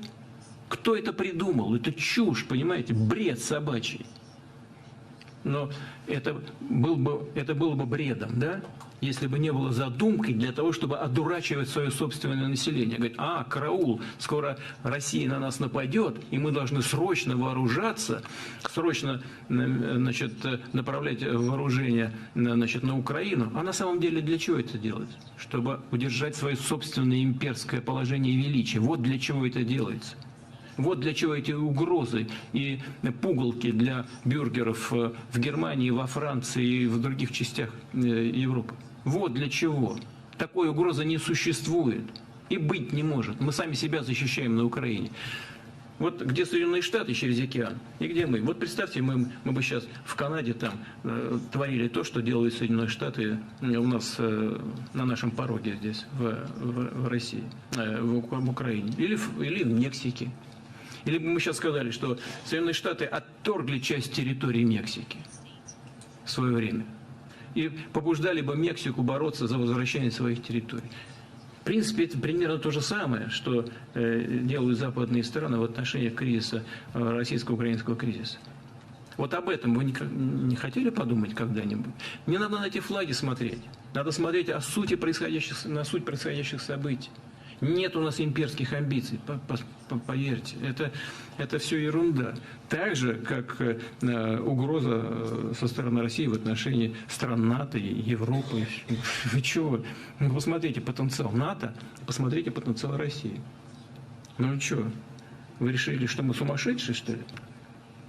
Я просто хочу, что во Франции нету одновременно дворец, флаг последний король Франции, флаг Наполеона и флаг республики. А вот по поводу этих флаги, я прошу прощения, когда, приходя здесь, я здесь единственный, который их сразу увидел, который тоже задал себе вопрос, поэтому они видны. Так их и нет нигде. Ну вот господин Миллер, это его частная инициатива, компания, он интересуется русской историей, российской историей. Повторяю вам еще раз, это ни с чем не связано, кроме, значит, истории и дани уважения тем поколениям, которые жили с этими стягами, с этими знаменами и флагами и добивались значительных успехов в развитии нашего государства. Спасибо. У нас еще короткий вопрос от испанского агентства «Эхо». Пожалуйста, мы так с вами до утра будем сидеть. Может, на завтра уже перенесем. Человек пол 12 там. Нам в Пушкин надо еще ехать, в Царское село. Тогда позвольте, я прям заключительный вопрос. Ничего, давайте. Muy breve, presidente. Очень кратко. Mañana se celebra, o en unas horas se celebra el aniversario, мы будем праздновать 80-ю годовщину высадку в Нормандии. Высадки американских, французских солдатов. Они вместе с российскими солдатами вместе боролись. Вы исключаете, что во время в настоящее время русские, французы, американцы могут действовать вместе и быть партнерами? Мы не исключаем. Это американцы и европейцы исключают. Мы-то за. Мы же не вводили никаких санкций в отношении Европы. Мы не закрывали энергоносители для Германии, для других стран. Это в отношении нас вводят санкции. Значит, вот вы сейчас сказали о том, что завтра будут отмечать 80 лет, да? Высадки в Нормандии, открытие Второго фронта. Мы всегда с огромным уважением относились к нашим союзникам. С огромным. И к американцам, к англичанам, к британцам, к французам. Вот, кстати говоря, знают ли во Франции, что именно Сталин настоял на том, чтобы Франция присутствовала, и не только присутствовала, а была подписантом договора о капитуляции, пакта о капитуляции Германии. И Соединенные Штаты, и Великобритания возражали. Сталин настоял, чтобы Франция присутствовала в качестве победителя при подписании пакта о безоговорочной капитуляции Германии. Французы это не помнят. Или не хотят, или просто не придают этому значения. Но это все-таки исторический факт. Это все есть у нас в архивах. Мы всегда с уважением относились к борющейся, воюющей Франции, несмотря на то, что гитлеровские войска маршировали по Парижу, мы поддерживали маки и тех, кто сражался вместе с нами, в том числе летчиков искателей Нормандии Неман. Мы всегда помним об этом и не забываем. У нас всегда двери открыты для переговоров, для встреч, обсуждения. Значит, вот вы сейчас сказали, что будет праздник. Но получается так, что мы чужие на этом празднике жизни. Сколько американских солдат погибло во время войны с нацизмом? 500 тысяч? 600? Ну, где-то 500 тысяч, 400. Англичан еще меньше. Англичан погибло кратно меньше, чем в Первую мировую войну. Как вы знаете, основные жертвы на алтарь общей победы был принесен. Основные жертвы были принесены Советским Союзом. По последним данным, где-то 27 миллионов человек. Из них 70% РСФСР. То есть это Россия. Да, 70% приходится на Российскую Федерацию. Это официальные данные. Значит, вы меня спрашиваете, мы готовы, не готовы. Но нас не приглашают на это мероприятие. Вот основной вклад в разгром нацизма, конечно, это же очевидная вещь. Надо просто почитать, что Черчилль говорил в свое время или Рузвельт о вкладе Советского Союза, считая России, в общую победу над нацизмом. Ну, это очевидно, все знают. Только люди недобросовестные совсем могут передергивать эти факты.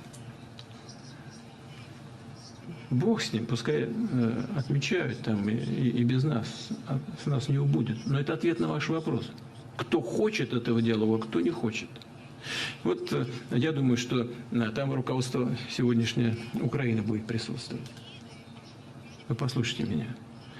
Как можно праздновать такую серьезную дату в борьбе с нацизмом с теми, кто неонацистов возводит на пьедестал почета и делает национальными героями?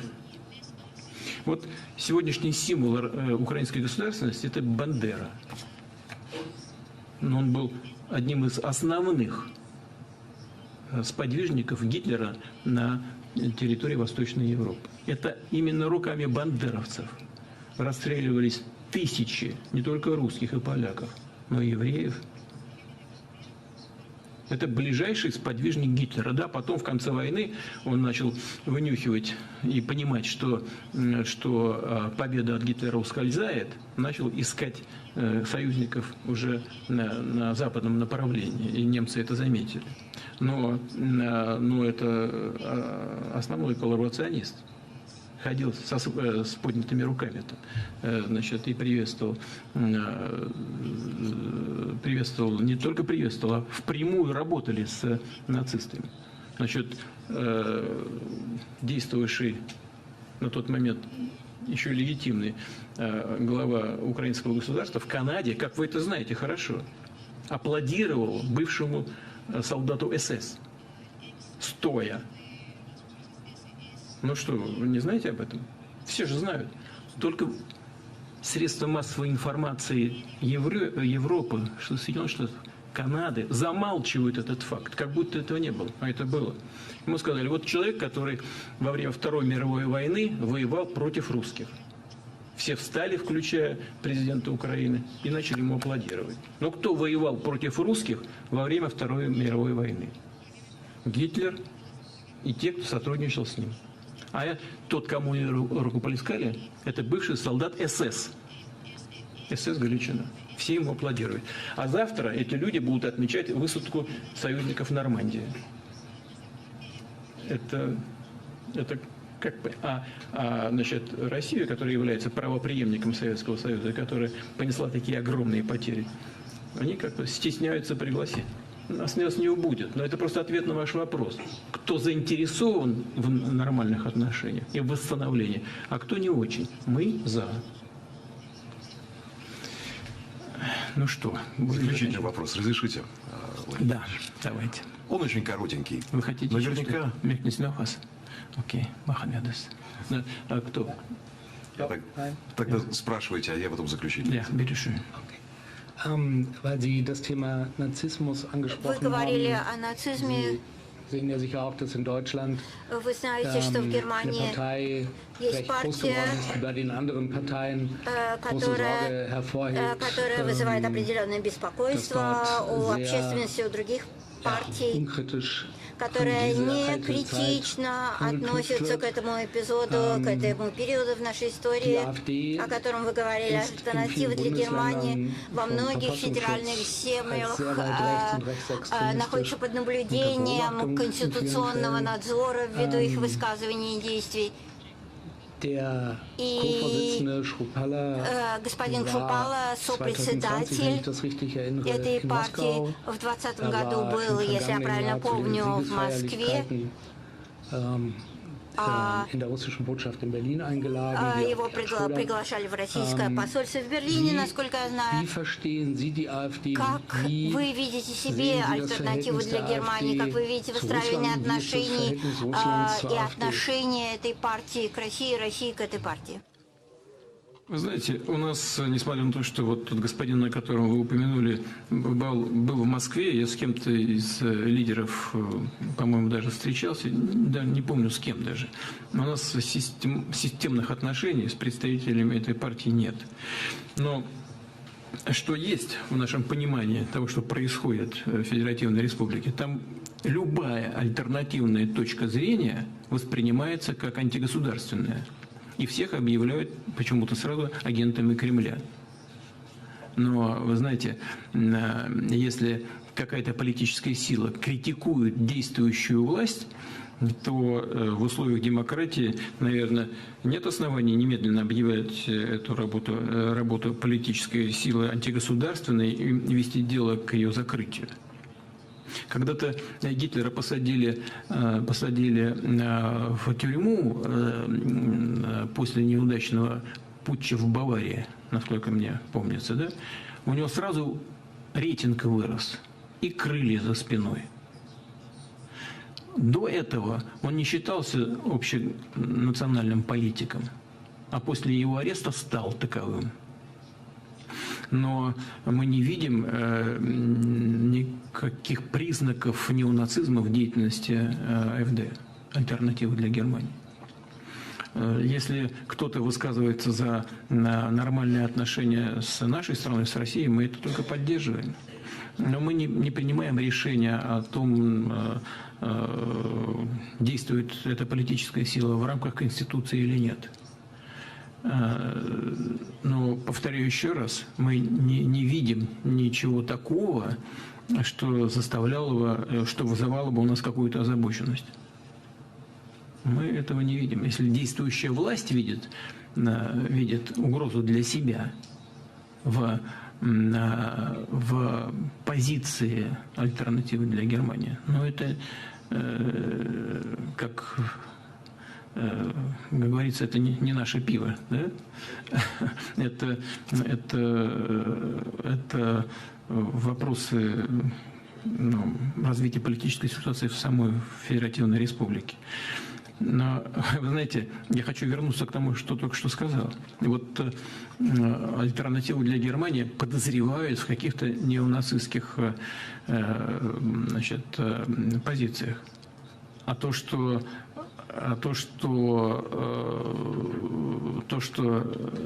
люди, сотрудничавшие с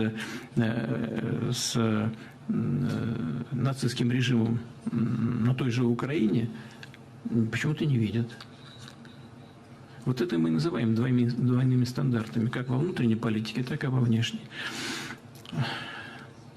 Мы будем сотрудничать со всеми, кто хочет работать с Россией. А политические оценки внутри Германии мы не даем. Это дело самих политических властей и Конституционного суда и так далее.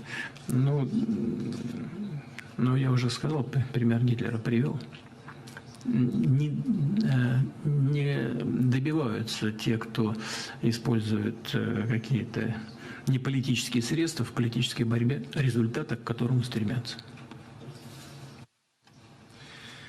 Владимир Владимирович, наверняка вы знаете, а вдруг нет, что западная пресса очень к вам лично неравнодушна и очень часто рисует вас то в виде злодея, то в виде монстра, так то в виде есть, агрессора. Да, правильно не рисуют, так, да? Пусть боятся, правильно. Вот вам эти картинки Дмитрий Сергеевич Песков показывает или нет? И нет. Как вы к этому вообще относитесь? Нет. Важно ли? Не показывает. Видимо, бережет мое значит, настроение. Но я знаю, что время от времени, когда обостряются отношения между странами, между государствами, стараются там запугать обывателя. Здесь нет ничего, никакой новизны здесь нет. Мне, честно говоря, времени нет заниматься вот этой пропагандой, просмотром этих пропагандистских материалов. Я предпочитаю все-таки заниматься субстанцией наших отношений с нашими партнерами сегодняшними, с возможными партнерами, с бывшими партнерами, с целью выстроить нормальные отношения, которые помогли бы достижению наших целей национального развития. Вот и все. Владимирович, огромное спасибо вам за эту откровенную беседу и от имени ТАСС, и от имени наших коллег. Спасибо, терпения вам, здоровья и Божьей помощи. Вот, и я тоже хочу вас всех поблагодарить за то, что вы здесь приехали, или по заданию, или просто без задания, но не побоялись приехать. В любом случае за ваш интерес к тому, что происходит в России, к тому, что происходит в наших отношениях с другими странами. В условиях, конечно, очень сложной ситуации. Не будем говорить сейчас, вдаваться назад, из-за чего и что происходит. Все мы понимаем, о чем я говорю. Но за то, что вы здесь такой интерес проявляете, я вам хочу сказать слова благодарности. И надеюсь, что вы будете излагать все предельно объективно и выполняя, конечно, значит, свою миссию, свои задания, все-таки будете стараться сделать это максимально корректно. И надеюсь, что наша сегодняшняя встреча, ну и ваша работа в будущем будет все-таки направлена на то, чтобы ситуация между нашими странами в двустороннем порядке и ситуация в мире в целом все-таки стабилизировалась и шла в направлении урегулирования кризисов, а не бесконечной эскалации и обострения. Спасибо вам большое. Всего доброго. Спасибо.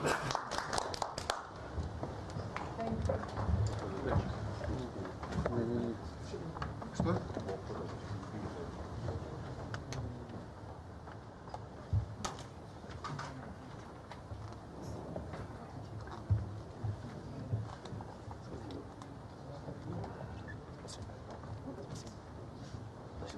Thank you.